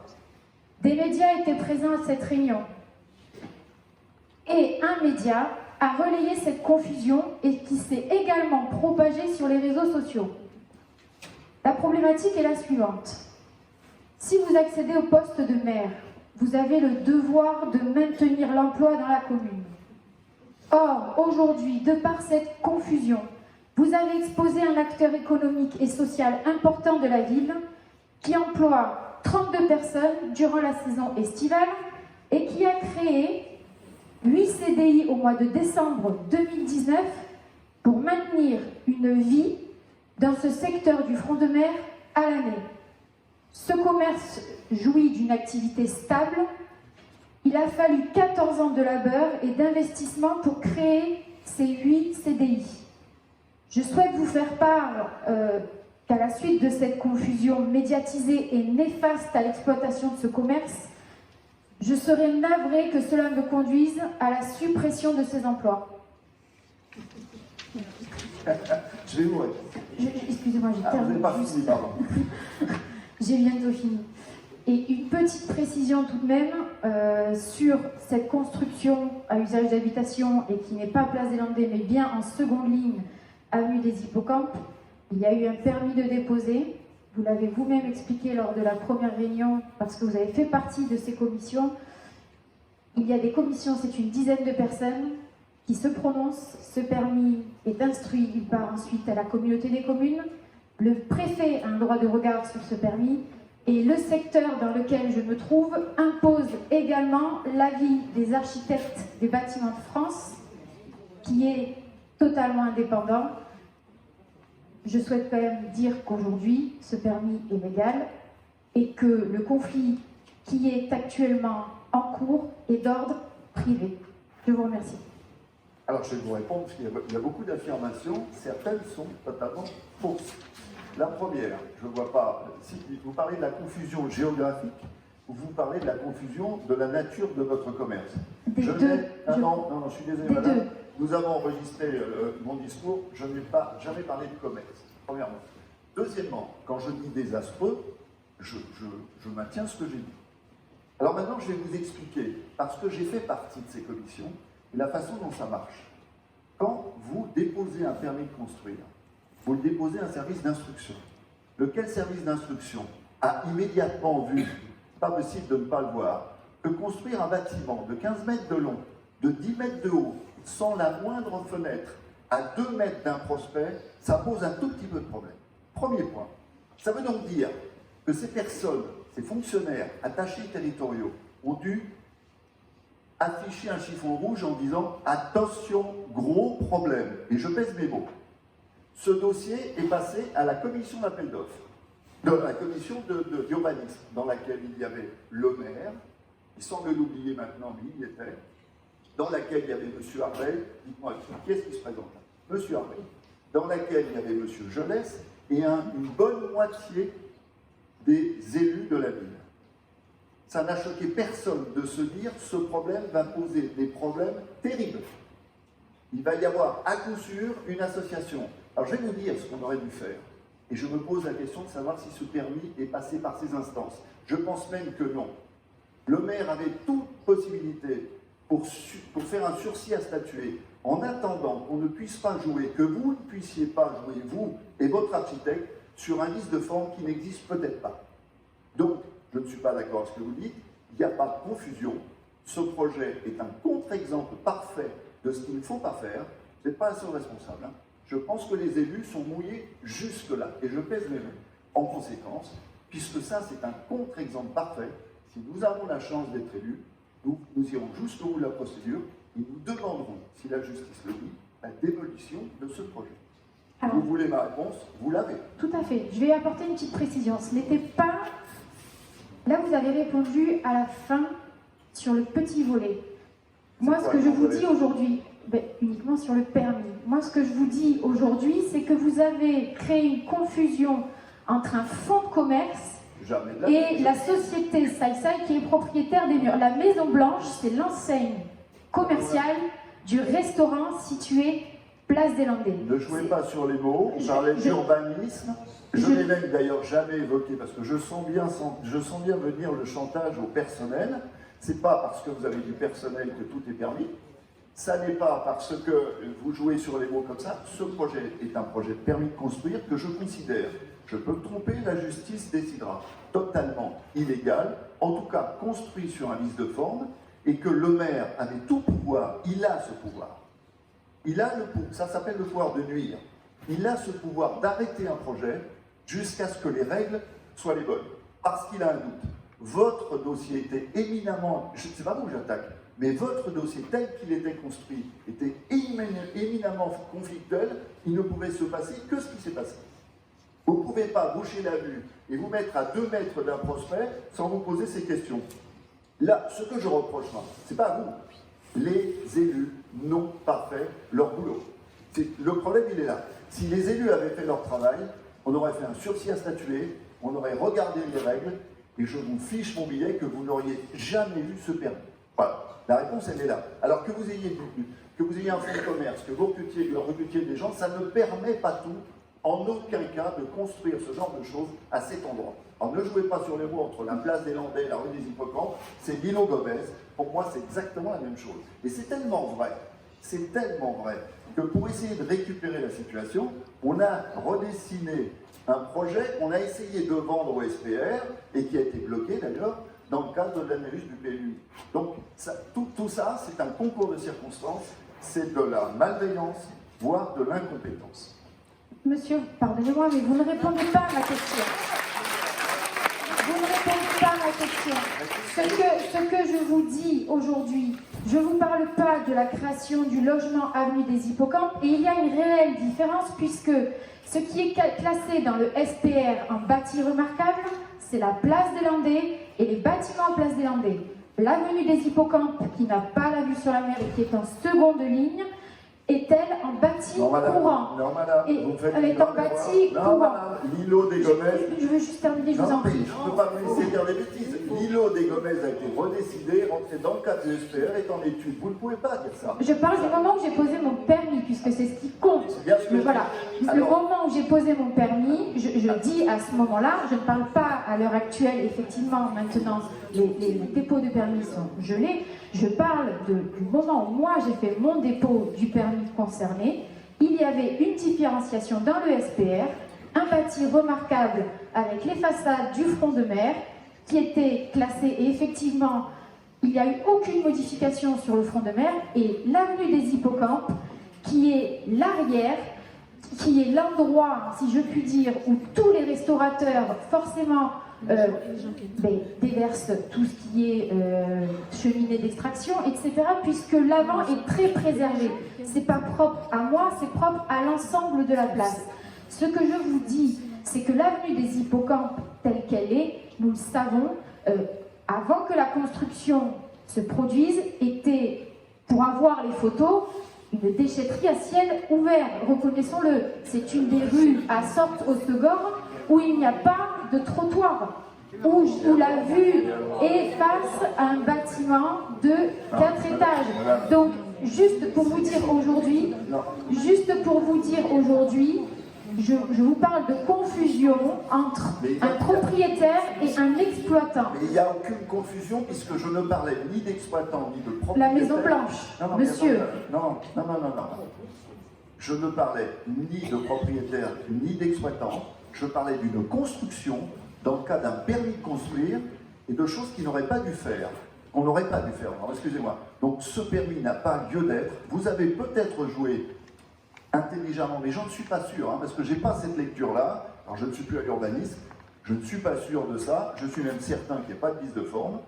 Vous verrez que ce contrat sera de toute façon retoqué, et si tel est le cas, il faudra démolir, je suis désolé. Un juge le décidera, monsieur, un juge le décidera. Je suis d'accord avec vous. Et il est là pour ça, les lois sont les lois dans notre pays. Me permettez-vous de vous me poser une question, je vous réponds.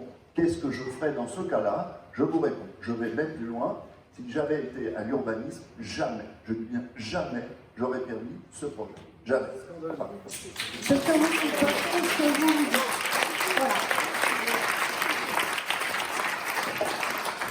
Vous me permettrez, madame, au-delà des questions juridiques, et pourtant c'est un juriste qui parle, d'avoir une pensée émue pour les propriétaires qui désormais ont une très belle vue sur votre bâtiment. Alors monsieur, pour vous répondre, la résidence à l'arrière, à 90% du temps, est vide, vous m'excuserez de le dire, et l'été,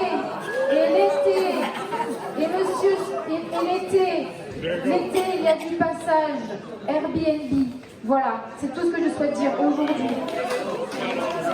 Je comprends que vous soyez la difficulté. Bon, voilà, vous avez notre avis, vous savez ce que l'on fera. Maintenant, je vous reconnais ce qu'un juge fera. Voilà, le dossier est entre les mains de la justice. Normalement, nous n'avons pas à nous exprimer là-dessus, sauf à dire, et j'insiste là-dessus, encore une fois, que je pense qu'il y a une faute des élus grave et que ce dossier devra être traité en tant que tel. Voilà. Est-ce qu'il y a d'autres questions? Oui, bonjour à tous. Moi, je ne veux pas prendre parti, je ne connais pas l'histoire. Simplement, en simple Osgoroise, j'ai des yeux, je passe sur le front de mer et je trouve ce bâtiment atroce. Ça m'a franchement heurté les yeux. Et voilà, c'est simplement une question de, on va dire, d'équilibre. Vraiment, c'est pas beau. Voilà. C'est pas beau et ça détonne là où c'est. Alors, je voudrais cours à la polémique et que d'autres questions... Oui.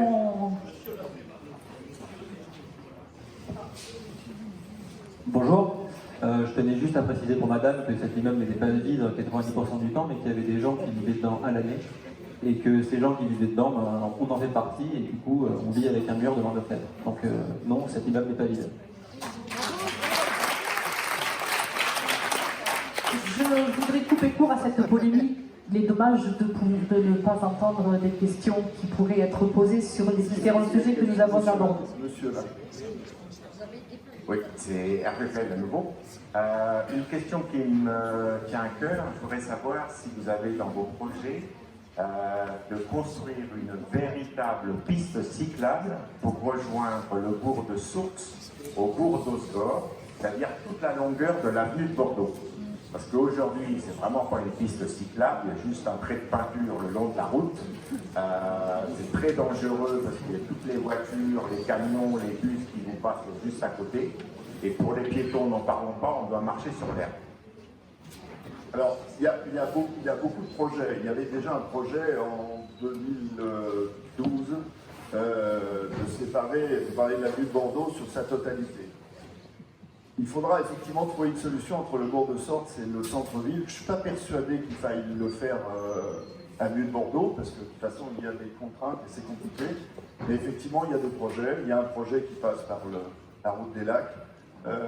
Mais ça doit rentrer dans une analyse de circulation globale. On va changer beaucoup de choses. On n'a pas évoqué ça, mais on va par exemple faire des expériences de fermeture de voirie en été, en hypercentre 100 ans. Ça ne peut pas se faire sans des impacts sur le reste de la circulation. Donc, pour avoir travaillé dans ce métier pendant des années, on ne touche jamais un point d'une ville sans qu'il y ait des conséquences partout. Donc ça va être une étude globale qu'on va regarder. Il y a deux problèmes graves dont il faut parler au SGOR, c'est l'avenue de Bordeaux et l'avenue de la Bécasse. On le sait, on est conscient de ce truc-là. Et c'est un dossier qui dépasse largement, à la limite, l'autorité communale. C'est infernal, je sais. Je sais. Je sais.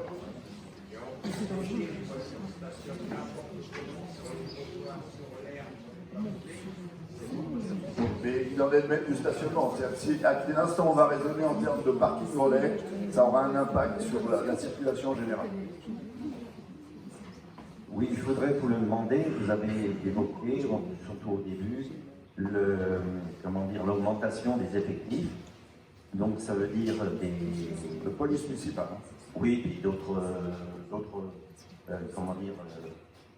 je ne vais pas trop en tenir, mais enfin, on a l'impression, alors j'ai peut-être une mauvaise impression, mais que vous allez créer pas mal de postes, etc. Mais je voudrais savoir comment, au niveau du budget, vous allez ne pas avoir à augmenter le budget. Pardonnez-moi, je ne me suis pas exprimé. On va augmenter les effectifs de la police municipale. Pour le reste, on se calme. On a un budget à gérer. Toutes les actions qui ont été proposées sont dans le cadre des équipes en place. Alors, vous parlez budget, je veux bien en parler. Je fais partie des gens, pour avoir fait partie de cette municipalité, qui considèrent que les finances municipales sont très mal gérées, très mal gérées. Elles ne sont pas optimisées. Et c'est sur ces optimisations, en termes de charges, mais en termes de produits, et là, je n'évoque pas l'aspect fiscal, que nous pourrons financer nos projets. Il est hors de question de s'engager dans une campagne de recrutement à tour de bras. Ça, alors là, je peux vous dire que c'est hors de question. Mais pour la police municipale, oui. Ceci dit, nous avons des vigiles, nous avons des possibilités d'économie de ce côté-là. On retombera sur nos pieds, mais encore une fois, un maître mot, quels que soient nos projets, nous gérerons cette municipalité en bon père de famille.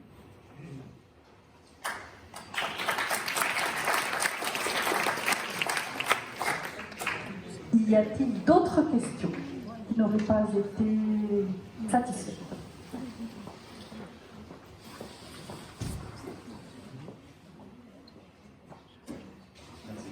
Qu'en est-il du plan d'installation de la fibre optique? Ah, c'est pas nous, 2022. Voilà. Non, le département a mis, c'est dans sa dernière revue, que normalement tout serait installé pour 2022. Bonjour, vous faites partie d'une communauté de communes. Oui. Quels accords considérez-vous qu'elle procure?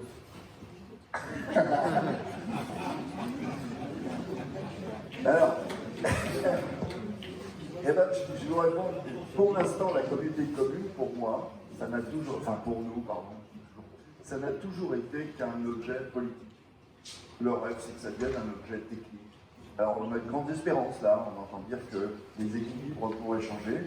S'ils ne changent pas, je ne sais pas si je l'ai dit, mais enfin, il y a 15 vice-présidences à la communauté urbaine, il y en a 14 à gauche. Voilà, c'est tout, vous savez tout. Donc, Osgore est en plus considérée comme une ville riche, qui se suffit à elle-même. Donc, toute demande à la MAC, c'est un combat. Voilà, c'est rien d'autre. Mais j'ai de grands espoirs. J'espère que Capbreton se passe bien, j'espère que Souston se passera bien, j'espère que Saint-Vincent-de-Tyrosse ne retombera pas, et dans ce cas-là, on aura peut-être des ouvertures intéressantes. Juste en complément, tu dis effectivement que c'est un combat, encore faut-il vouloir combattre, parce que si vous regardez les délibérations et le résultat des votes, vous constaterez que les conseillers communautaires représentant notre commune à la MAC, max, votent régulièrement en faveur des décisions proposées par la présidence. Juste une observation qui en dit long. Vous regardez les 2 derniers débats d'orientation budgétaire 2019 et 2018, nos représentants à la communauté de communes ont voté en faveur de ces orientations budgétaires et donc en faveur des augmentations de prélèvements fiscaux. Simplement, je vous rappelle que dans cette analyse, vous n'êtes pas isolé. Ah, mais tout à fait. Il y en a d'autres. Ah, bien sûr. Voilà. Ah, c'est toute la problématique.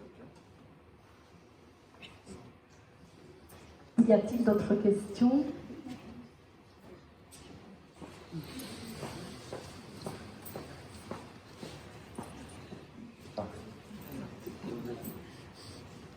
Au soir du 15 mars, il y a 3 listes. Je serais ravie pour vous que vous soyez élus, mais ça semble compliqué. Je sens bien la question. Est-ce que vous seriez d'accord pour qu'un débat soit organisé entre les 3 têtes de liste? Ah, oui, j'attendais d'autres questions. Qui le proposera et qui l'organisera? Ah, ça, je ne sais pas, j'en ai aucune idée. Je pense que ça, c'est du domaine de. Je pense que ça serait très bien. Des Védans, donc je ne sais qui, oui. Oui, pourquoi pas. Je n'ai pas d'a priori là-dessus. Mais je crains qu'on soit une toute petite ville pour être. Enfin, vu la réputation de Osgore, peut-être que ne sont pas suffisamment gros pour intéresser ce genre de choses. Entre eux, on peut organiser, oui. Comment? Enfin, moi, je n'ai pas d'a priori là-dessus. Ni d'a priori, ni d'inquiétude. Y a-t-il d'autres questions? Non?